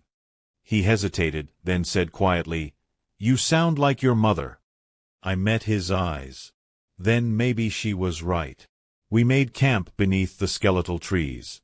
The air vibrated faintly, like the world itself was trembling. I sat by the fire, staring at the glow in my hands. "Oren," I said softly, "if I lose control, promise me something." "No. You don't even know what I'll ask." "I do." His voice was steady. "I won't kill you. You might have to." He leaned forward, eyes burning crimson in the firelight. "You are not your mother, and I am not your father. We end this our way." The fire flickered between us. I didn't realize until later that he had moved closer, his shadow touching mine. The bond pulsed once, slow and deep. "What happens if we merge?" I asked. "No one knows," he said. "It's never been done. Then we'll be the first." He smiled faintly. "Always so sure." "I'm terrified." "Good," he said. "Fear means you still have something to lose." That night, sleep came heavy and strange. I dreamed of two moons circling each other, one silver, one red, until they collided and became one. The impact sent waves of light across the sky. Beneath them stood Oren and me, hands joined, shadows burning into fire. When I woke, dawn was bleeding across the horizon. Oren stood at the edge of the clearing, watching the red sky. "It's time," he said. "For what?" "For the world to see what the Veil-born truly is." He turned to me, eyes bright as stars. "Let's finish what they started." And as the first tear split the heavens wide open, I took his hand. The world split open at dawn. A scream, no human, no beast, rippled through the air as cracks tore across the sky like wounds. The red and silver lights bled together until the clouds glowed violet, painting the land in ghostly hues. I stood beside Oren on the edge of a broken ridge, staring up at the impossible. The veil was visible now, no longer hidden, a shimmering expanse of light and shadow twisting above the world. It pulsed like a heart, slow and terrible. "This is it," Oren said softly. "The moment we've been walking toward." The ground shuddered beneath our feet. Lightning shaped like roots tore through the valley below. Villages, wolf, vampire, human, burned under the same collapsing sky. I swallowed hard. "They're dying because of me." "No," Oren said. "They're dying because they chose war over balance. You can still change what comes next." "How?" My voice broke. "Every choice I make ruins something." He turned toward me, his crimson eyes steady. "Then ruin what needs to end." We descended from the ridge into a wasteland of shattered stone. The air pulsed faintly, each breath tasted of metal and ash. Strange figures walked in the distance, souls half-formed, their bodies made of light and memory. They didn't attack, only watched, whispering in voices like wind through glass. "What are they?" I asked. "Remnants," Oren said. "Echoes of those lost when the veil first broke. The closer we get, the more it remembers them." As we moved, the whispers changed. I began to hear my name, soft at first, then clearer. "Lyra. Lyra Vexen." The sound came from all sides. My skin prickled. "They know me." "They know your blood," Oren said. "And they want it back." I felt the mark on my neck burn. For a moment, the world dimmed, and I was elsewhere, standing in a throne room bathed in crimson light. A woman stood before me, cloaked in silk, her hair the color of dusk. "My mother." "Lyra," she said. "You shouldn't have come."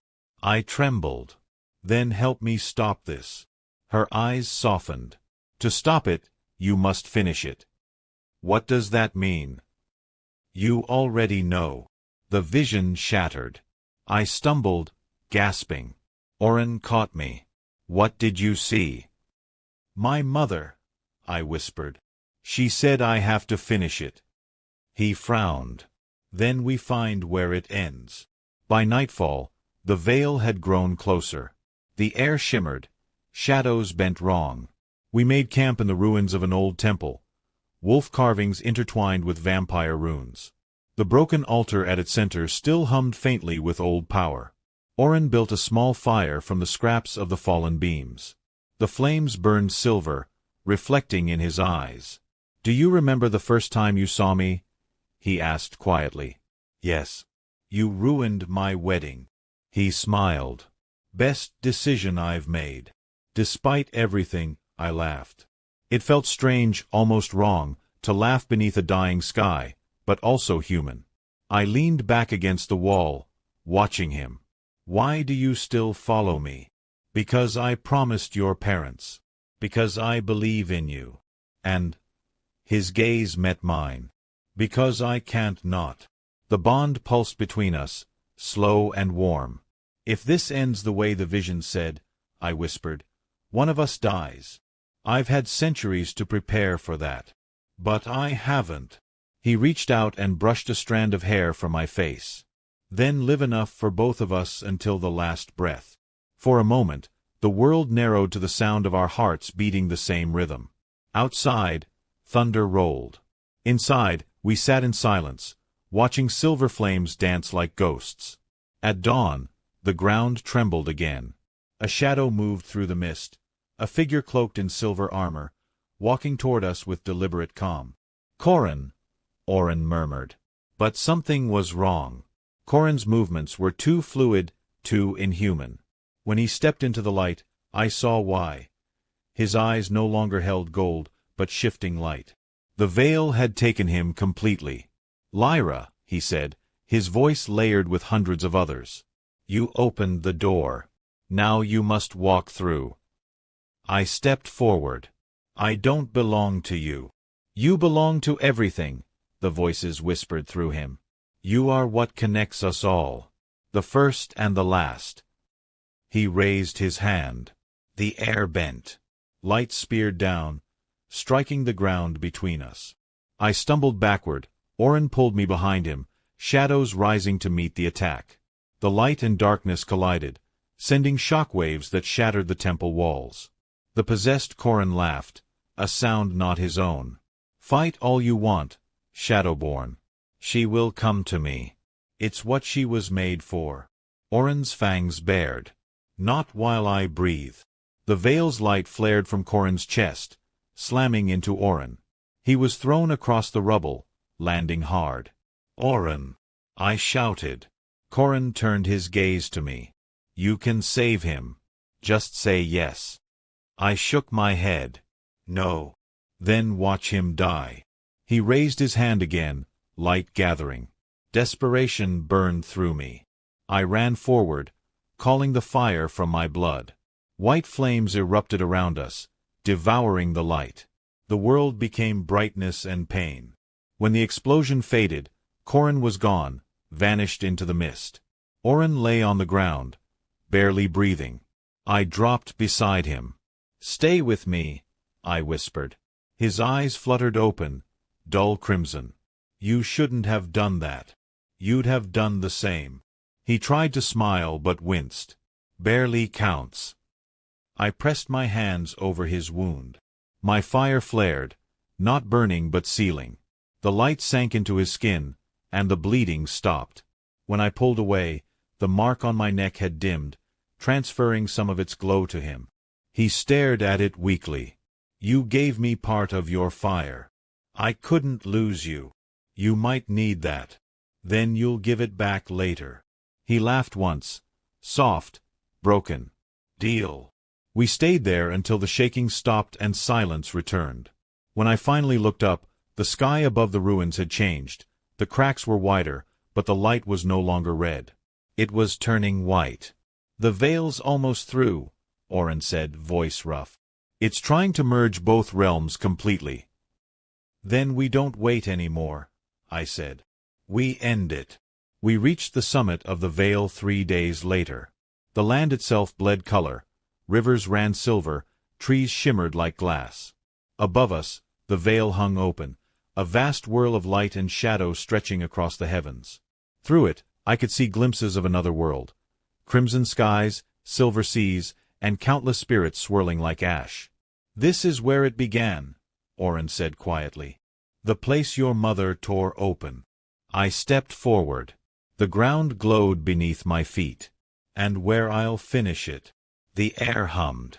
The mark on my neck burned again, brighter than ever. I heard my mother's voice, my father's, and thousands of others, each whispering my name. Lyra, Oren said, his voice barely audible over the storm. Once it starts, I can't follow. The veil will only accept one. I turned to him. You're not leaving me now. I made a promise to protect you, not to watch you die. I'm not dying. I'm choosing. He caught my wrist. There's a difference. I know. The wind roared. Cracks of light reached down like claws. I leaned closer, pressing my forehead against his. If I don't come back, don't say that. Find them. The survivors. Lead them. His grip tightened. And if you do come back, then you're stuck with me. For a heartbeat, his lips brushed my forehead, soft, trembling, full of everything he couldn't say. Then come back, he whispered. I turned toward the storm and stepped into the light. It felt like falling through fire and ice at once. The veil swallowed me, pulling me into its endless heart. There was no ground, no sky, only swirling light and darkness. Shapes formed around me. My parents, the pack, the vampires of the Crimson Court, even Korin, all illusions made of memory.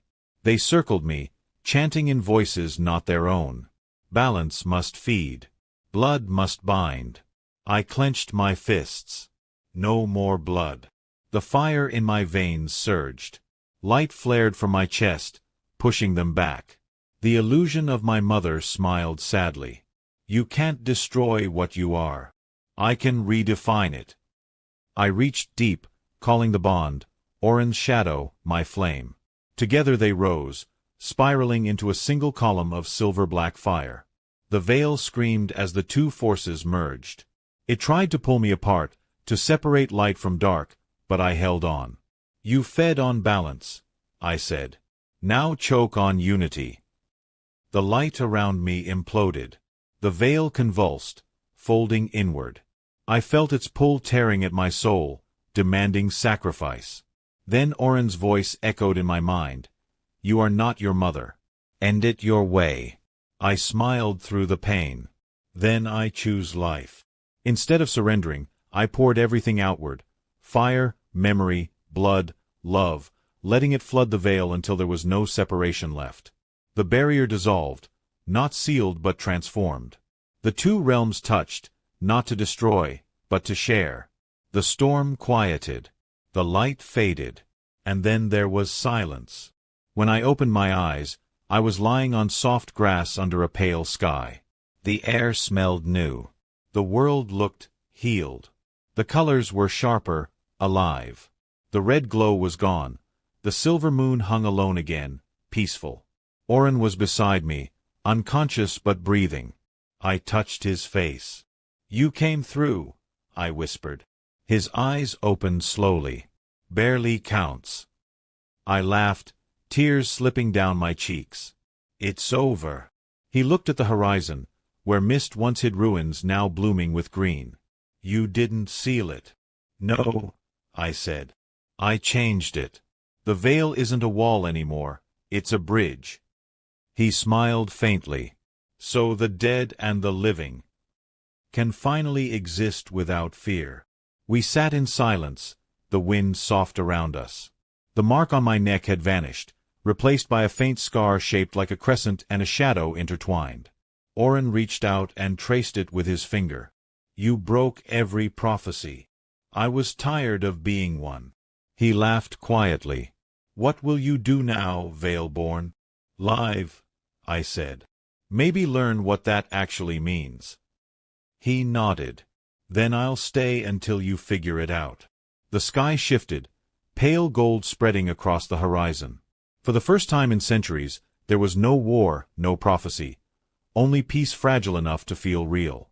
And as we watched the new dawn rise over a world reborn, I realized something simple and impossible. We had not survived the end. We had created a beginning. Days passed before the world remembered how to breathe again.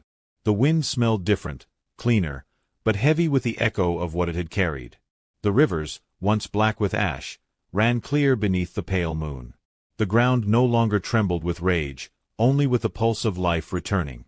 I stood on a hill above the valley, where green shoots now pushed through the scars of battle. Oren was below, helping the hybrids rebuild what was left of the crossroads sanctuary. His shadows lifted fallen stones, moving like extensions of his will. For the first time since I'd met him, his power didn't look like darkness, it looked like purpose. Sarah approached, her silver hair braided back, her expression softer than I'd ever seen.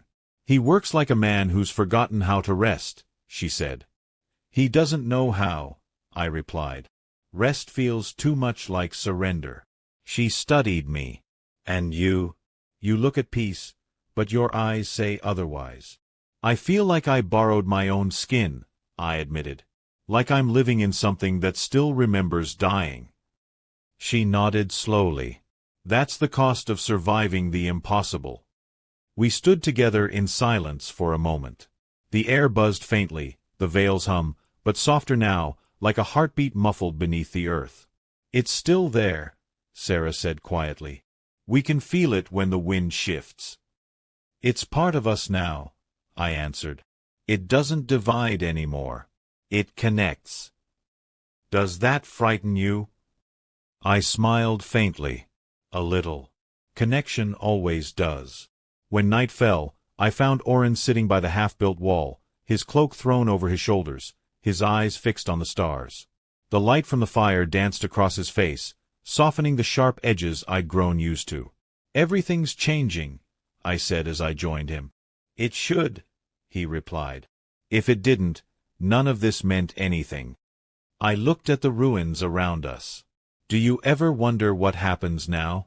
We won the war, ended the curse, but what are we supposed to be after that? He tilted his head. Free. Free, I echoed. It sounds so simple when you say it. Freedom always sounds simple, he said. Living it is the difficult part. The fire crackled between us. I traced the scar on my neck, where the mark had once glowed. Do you miss it? I asked. The bond. It's still there, he said softly. Quieter now, but not gone. I nodded. Sometimes I still feel you when I dream. His lips curved faintly. Then dream well. I hesitated. Do you ever regret saving me? He turned to me fully, eyes glinting in the firelight. Every night I close my eyes, I think about all the centuries I spent waiting for something worth saving. So no, Lyra. Not once. The silence that followed wasn't awkward. It was full of what was said and what didn't need to be. At dawn, a messenger arrived from the northern ridge, a young hybrid, his clothes torn, his face pale with exhaustion. You should come, he said. There's something you need to see. We followed him north, through forests where the trees still whispered like ghosts. The closer we drew to the ridge, the heavier the air became. At the summit, the world stretched out before us, transformed. The crimson wasteland that had once divided wolf and vampire territory was now a sea of silver grass, glowing faintly in the light. And at the center, where the veil had torn open, stood something impossible, a lake of light. It shimmered, neither water nor flame. The heart, I whispered. It's remade itself. Oren stepped forward cautiously. Not a crystal anymore, he said. It's alive. The surface rippled. Images flickered within, faces of the dead, memories of both worlds. The veil hadn't died, it had become something new, a bridge of memory and energy binding every living soul. Sarah stared at it in awe. It's beautiful. I knelt beside the shore. The water, or whatever it was, reflected my face, but there was something else in it too. A faint glow beneath my skin, the echo of the fire. It's connected to me, I said. It's connected to everyone, Oren corrected. But you're its pulse. He looked at me carefully. If anything ever happened to you. I smiled without looking up. Then maybe it would finally learn to live without me. He frowned. That's not a future I'd accept. That night, the hybrids celebrated for the first time in years. Music rose through the valley, drums made from hollow bones, flutes carved from ash wood.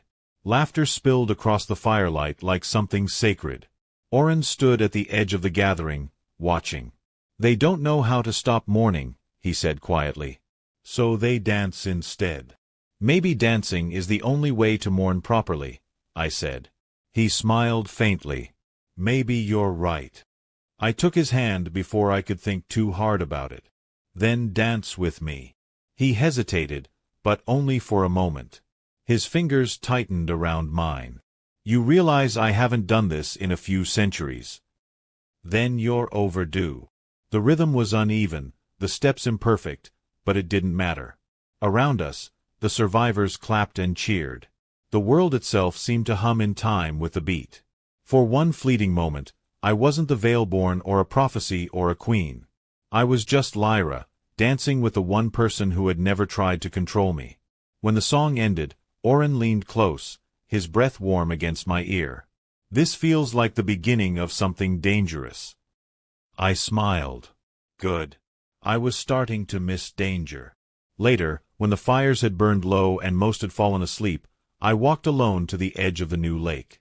The light rippled softly, reflecting the twin moons that now hung side by side, one silver, one faintly red. Still watching me, aren't you? I whispered to the water. Mother. Father. The surface stirred as if in answer. A faint voice, distant but tender, filled the air. We are always watching. But this story is yours now. I closed my eyes, tears slipping down my cheeks. Then I'll make it worth your sacrifice. Behind me, Oren's footsteps approached. He didn't speak, just stood beside me in silence. The night air wrapped around us, still and infinite. The bond pulsed faintly between us again, not as a chain, but as something alive, gentle, steady, chosen. The world had been remade, but the war inside me wasn't done. And somewhere, beneath the peace, something else was stirring. It began with the dreams. At first, they were simple, images of the lake rippling beneath two moons. But each night, the water grew darker. Faces rose from beneath the surface. My mother's, Corin's, strangers I didn't know, all whispering the same phrase, "It's not finished." By the fifth night, I woke screaming. Oren was beside me in an instant. "What did you see?" "It's the veil," I gasped. "It's still moving. Something's trapped inside it." He frowned. "The heart wasn't meant to imprison." "I know. But it's calling for me again." He hesitated. "Lyra, every time you answer, the world changes. You could undo everything we built. I can't ignore it. If something's trapped, maybe it's suffering." He sighed. "And if it's lying, then I'll find out." Oren looked at me for a long moment, then nodded reluctantly. "You never did learn how to stay still." We left the sanctuary before dawn. The lake glowed faintly as we approached, its light shifting from silver to deep crimson.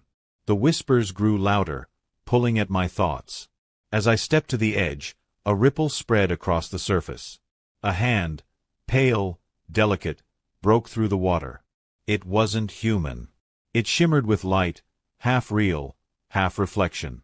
Oren drew his blade instantly. "Don't touch it." But I couldn't look away. The hand reached toward me, and from beneath the surface, a face emerged, mine. Or almost mine. The same features, but colder, sharper, eyes burning with faint gold. "What are you?" I whispered. It smiled. "The part you left behind." Oren moved between us, shadows flaring. "Step back." The reflection tilted its head. "You think you protect her, Shadowborn? You were forged by the same curse." "Whatever you are," Oren said, "you don't belong here." "I belong everywhere she does," the reflection said softly. "Because I am her." The water exploded outward, throwing us back. When I opened my eyes, the reflection stood on the shore, solid now, alive. Her mark glowed gold, the mirror opposite of mine. "This isn't possible," I breathed. She smiled. "When you remade the veil, you created balance. Every light casts a shadow. I am yours." Oren's jaw tightened. "We end this now." "No," I shouted. "If she's me, if she's part of the veil, killing her could tear everything apart again." The reflection laughed quietly. "Listen to him, Lyra. He doesn't care about balance. He fears it. He needs you small so his promise still matters." "That's enough," Oren growled. But doubt flickered in me. She saw it, and her smile deepened. "You feel it too, don't you? The hunger under your skin. You didn't destroy the veil, you became it." Her words cut deeper than I wanted to admit. "I won't let you twist this," I said. "Then prove you're more than me," she whispered. The battle wasn't with blades or fire, it was inside the bond. Power surged between us, two forces pulling at the same soul. The air crackled, the lake boiling with light. Oren shouted something, but his voice was drowned in the roar of energy. The reflection's eyes glowed gold. "You can't destroy what you need to exist." "Maybe not," I said, "but I can rewrite it." I reached deep into the bond, into the thread that connected Oren and me. The flame flared, meeting his shadow, weaving tighter, stronger. Together, we turned it inward, into me, into her. The reflection screamed as light and darkness merged again. The world tilted, the lake collapsing into itself. Then, silence. When I opened my eyes, the reflection was gone. Only calm water remained. Oren fell to his knees beside me, panting. "You did it." "No," I whispered. "We did." He looked at the lake warily. "Is it over this time?" I stared at the rippling water. For now. The reflection's words echoed in my mind. You didn't destroy the veil, you became it. We returned to the sanctuary at sunrise. The valley glowed gold under the new light. Sarah met us at the gates, relief washing over her face. The lake calmed, she said. The hum faded. It won't be gone, I told her. But it's learning. Learning what? To exist. She studied me, perhaps noticing the faint new shimmer beneath my skin, the one I could feel but not explain. And you? I smiled faintly. I'm learning the same. Oren watched me quietly as I walked past him. Later, when the night came again, he found me standing beneath the silver moon. It's not over, is it? He asked. Nothing ever truly ends, I said. But maybe that's the point. He stepped closer. Then whatever comes next, we face it together. Always, I said. The wind shifted, carrying the soft hum of the veil across the valley. No longer a curse, not quite a blessing. A living thing breathing in rhythm with the world. And for the first time, I wasn't afraid of what it whispered. Because it was my voice now, too. The morning light cut across the rebuilt crossroads sanctuary like a blade of gold through mist. It had been months since the night the reflection vanished beneath the lake. The world had grown quieter since then, almost too quiet. The veil no longer screamed or trembled. The skies no longer bled red. Yet in that calm, something new stirred, a silence that felt like breath held too long. I stood on the northern wall, watching the first caravan arrive from the far edges of the valley. Humans, wolves, and vampires together, cautious but curious. The world had begun to mix, to speak across the divides that once defined it. It should have felt like victory.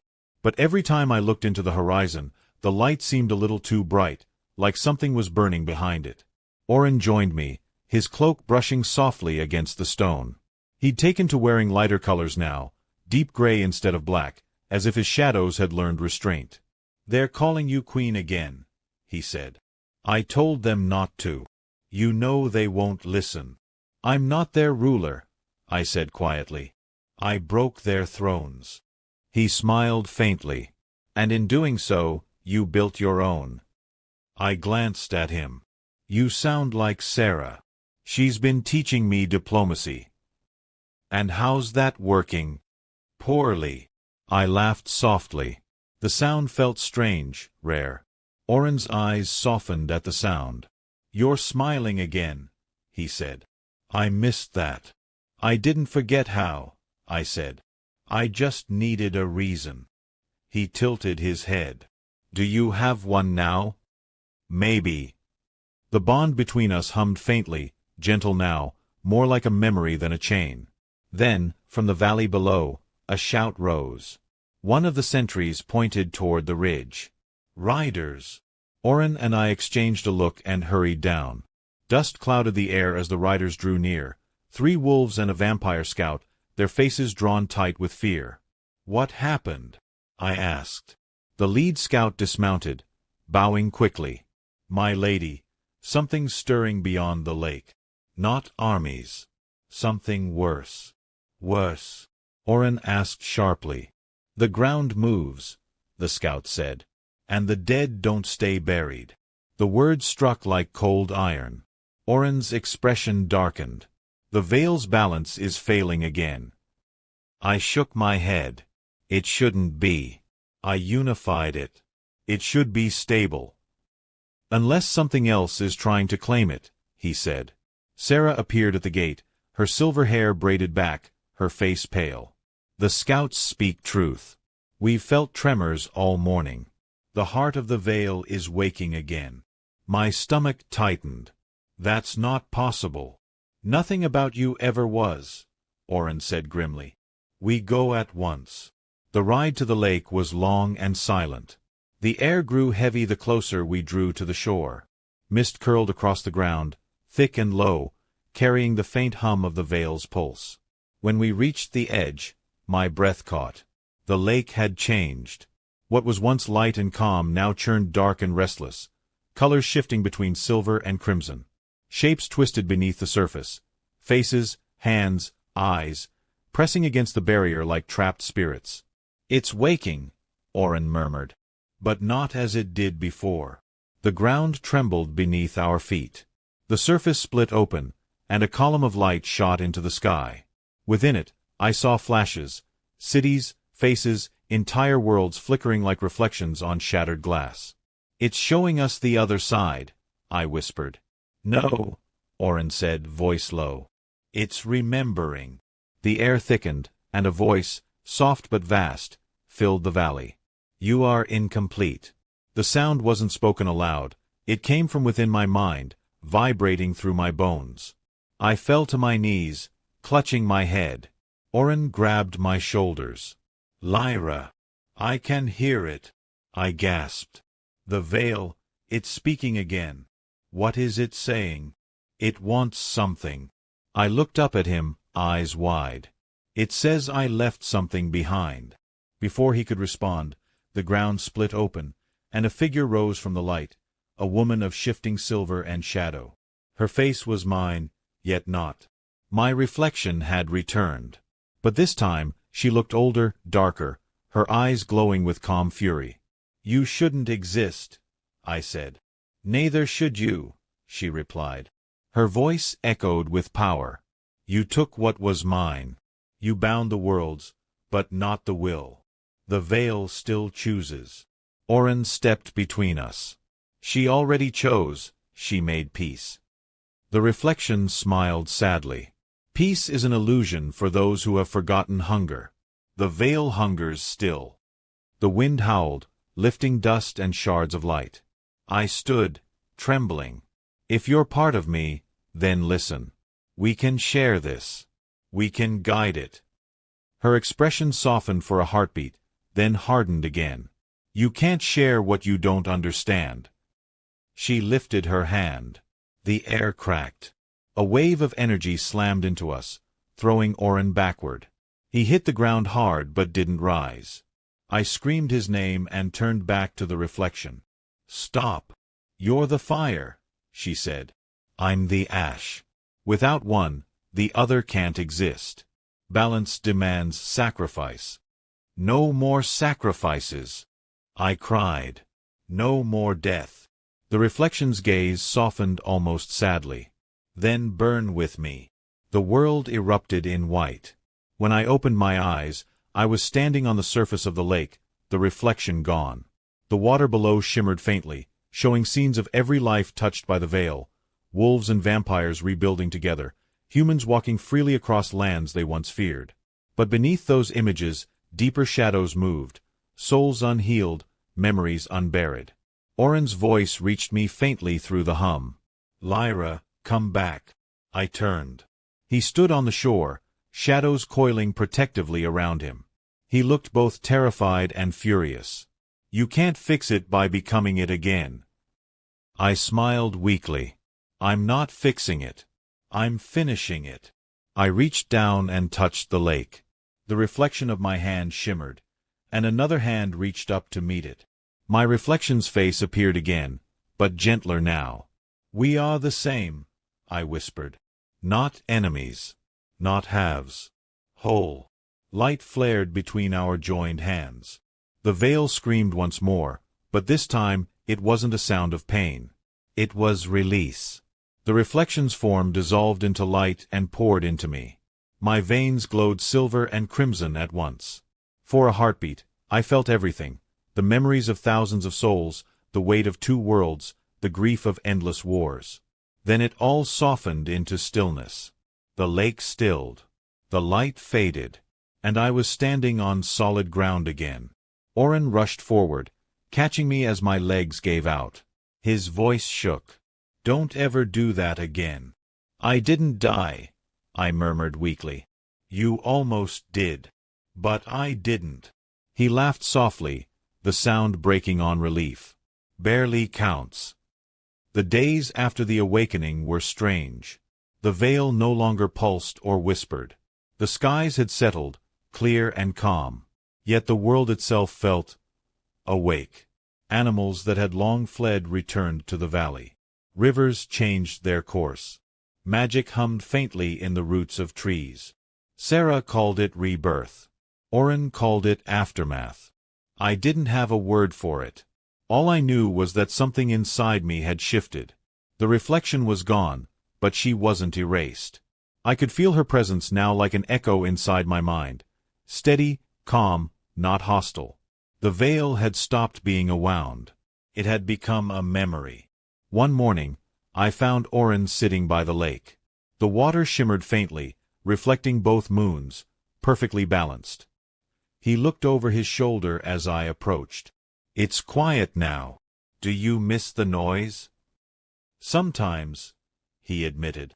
"Silence makes me feel like I'm waiting for something. Maybe peace is just the world catching its breath." He smiled faintly. "You sound like a philosopher." "I'm tired of being a prophecy," I said. "Maybe philosophy is safer." He stood, brushing the dust from his cloak. "You'll never be safe, Lyra. That's not who you are." "Maybe not," I said softly, "but maybe I can be something else." That evening, the sanctuary gathered again. Humans, hybrids, wolves, vampires. They lit fires along the lake's edge, singing songs of both loss and beginning. I stood among them, feeling their voices vibrate through the air like heartbeats. When the music faded, Sarah lifted her cup. "To the Veil-born," she said. "The one who ended the curse, and gave us a world worth rebuilding." I raised my hand. "To all of us," I said. "The ones who lived long enough to try again." Cheers rose, but Oren didn't move. He just watched me, expression unreadable. When the crowd dispersed, he came to stand beside me. "They'll keep calling you queen," he said quietly. "Let them," I replied.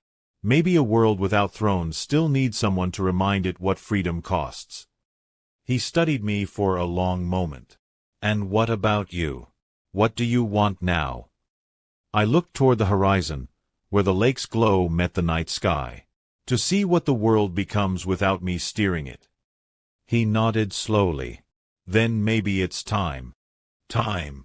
For you to leave the valley." The thought sent a shiver through me. Leave. You've been bound to this place since birth. The veil is balanced now. Maybe it's time you saw what exists beyond it. And you. He smiled faintly. Someone has to make sure this piece doesn't collapse. I'll stay. I turned to face him. You always find a way to stay behind. And you always find a way to run ahead, he said softly. That's why it works. The bond between us pulsed gently. I reached out and took his hand. Then promise me something. Anything. When the world needs me again, you'll find me. He nodded. Always. At dawn, I stood at the edge of the valley. Behind me, the sanctuary gleamed under the rising sun. Ahead, endless lands stretched toward horizons unclaimed by war. The mark on my neck had faded entirely now. My power was quiet, still there, but content. The veil's hum had become the rhythm of the wind, a song I could carry without being consumed. Oren's voice drifted to me from behind. Lyra. I turned. He stood a few paces away, the morning light cutting across his face. You really think I'll let you walk away alone? He asked. I thought you said you'd stay. I lied, he said simply. You always did hate walking in silence. I smiled.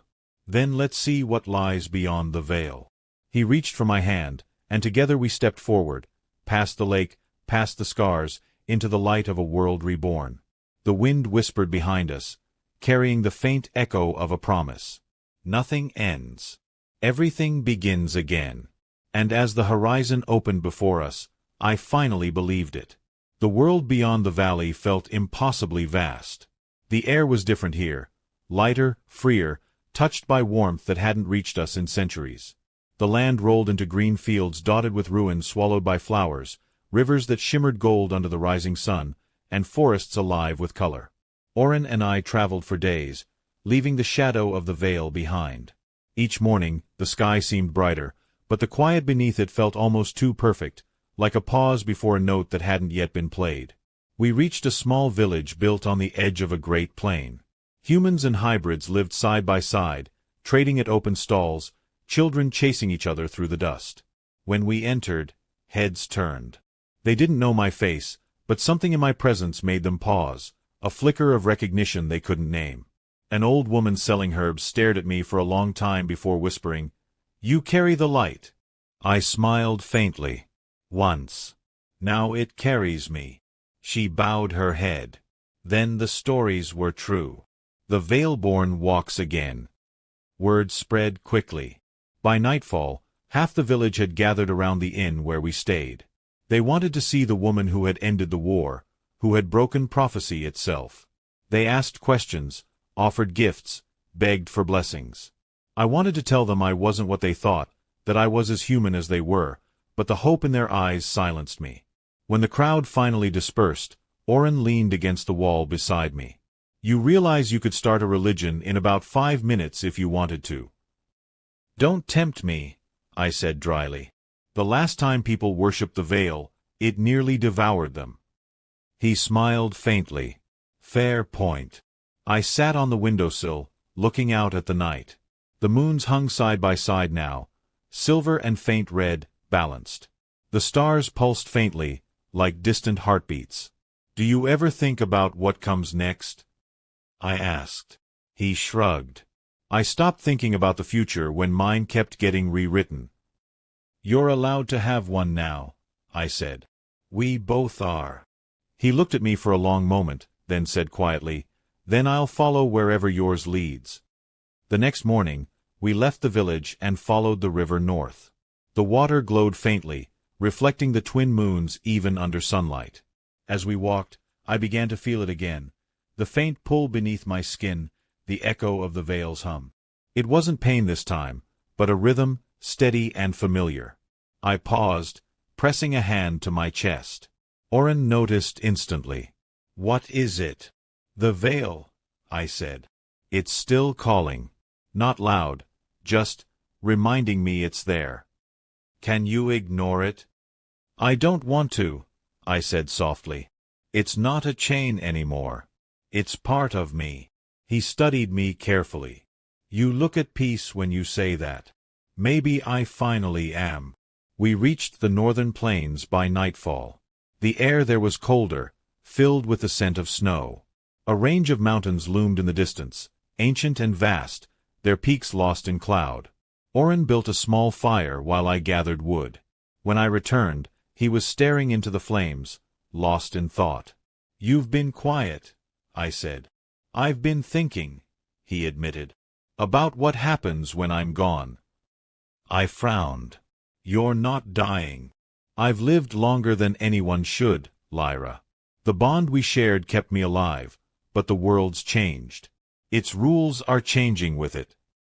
I knelt beside him. "If you think I'm letting you fade away peacefully, you're wrong." He smiled. "You can't fight time." "I fought prophecy," I said. "Time should be easy." He laughed softly, the sound low and warm. "If only it were." The firelight flickered between us, painting his face in gold.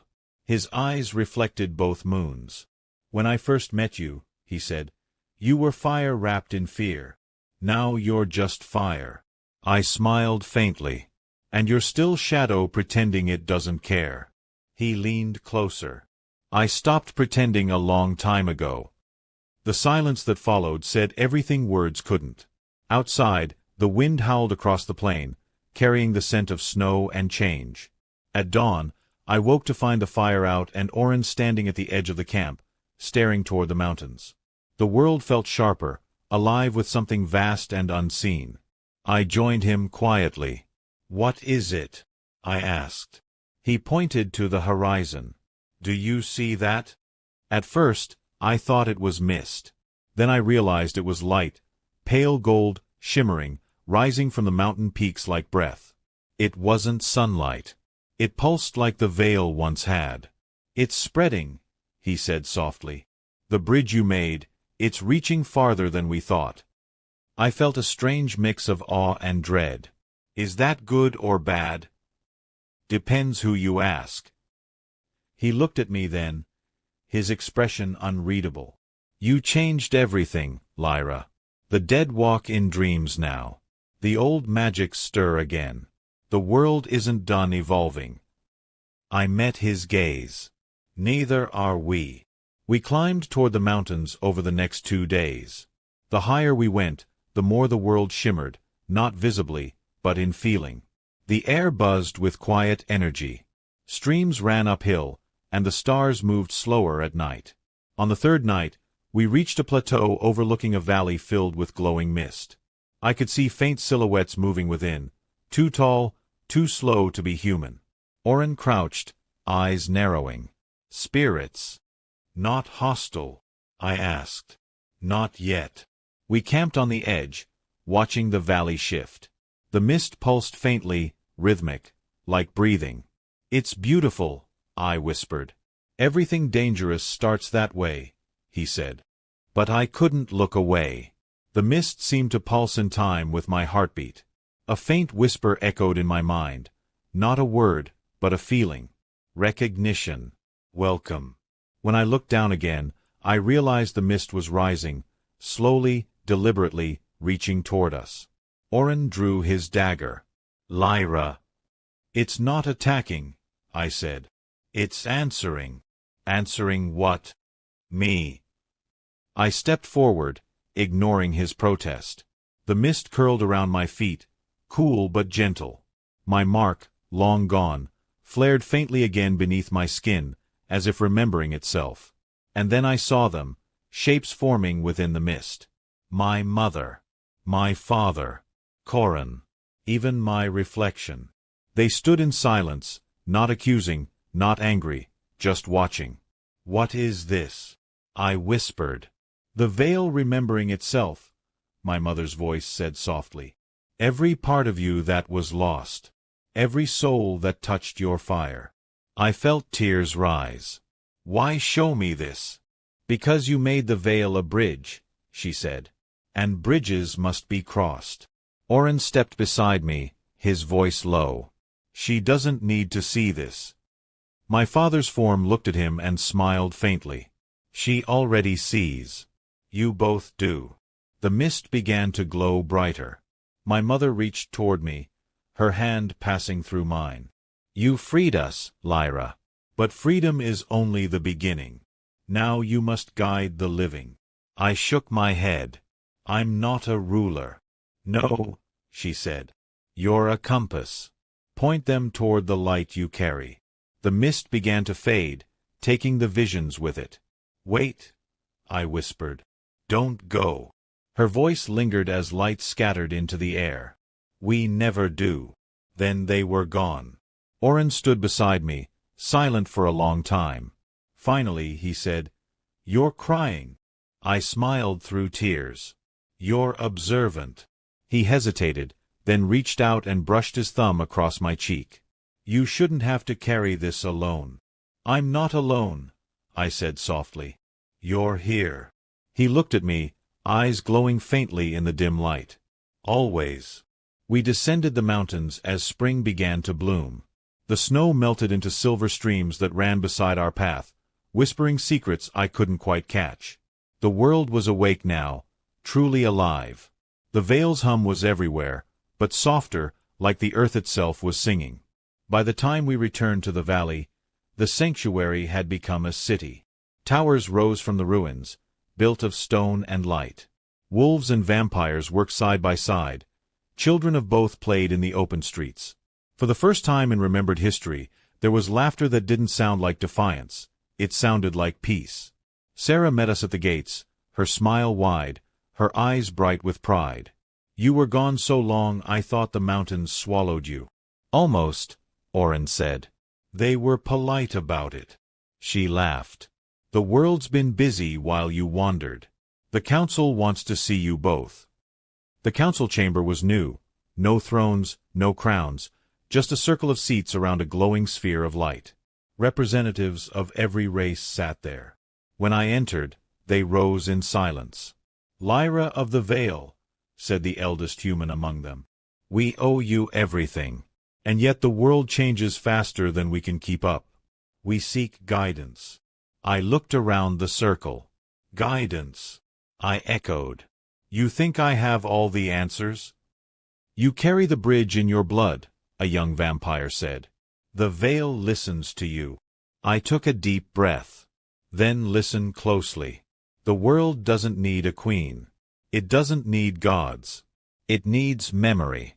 Remember what happens when fear builds walls, when pride draws lines. The veil fell because we forgot that everything, light, dark, life, death, was never meant to be separate. I looked at each of them. If you want peace to last, stop asking for someone to rule you. Start learning how to rule yourselves. Silence filled the chamber. Then Sarah smiled faintly. Wise words for someone who never wanted a crown. I still don't, I said. But I know what comes after one. The council bowed their heads in agreement. The meeting ended quietly, not with applause or ceremony, but with understanding. That night, I stood on the balcony overlooking the city. The moons hung side by side, their light merging into pale gold. Oren joined me, silent as ever. You spoke like someone who's finally finished running, he said. Maybe I have. He studied me for a moment. And what now? I smiled. Now we live. He chuckled softly. That sounds terrifying. It will be, I said. But we'll survive it. He turned toward me, eyes reflecting both moons. You know, he said softly, when this all began, I thought my life ended the night I met you. And now. He stepped closer, the space between us charged with quiet warmth. Now I think it finally started. For the first time since the veil broke, I let myself breathe without fear. The hum beneath the world matched the beat of my heart, steady, alive, eternal. The bridge stood strong. The world was whole. And as the dawn spilled over the horizon, Oren's hand found mine, steady and certain. The fire and shadow that once tore worlds apart now simply stood together, watching a sunrise that didn't belong to gods or monsters, only to those who dared to survive them. For the first time, the story didn't end in war or prophecy. It ended in peace, in living, in beginning. The fire still burns, and the story isn't over. If you felt the pull of the veil, if Lyra's world left its mark on you, don't fade into the silence. Hit subscribe, ring the bell, and step deeper into the realm where shadow meets flame. New chapters, new destinies, and darker secrets await. This is only the beginning. Comment. Let the veil remember your name.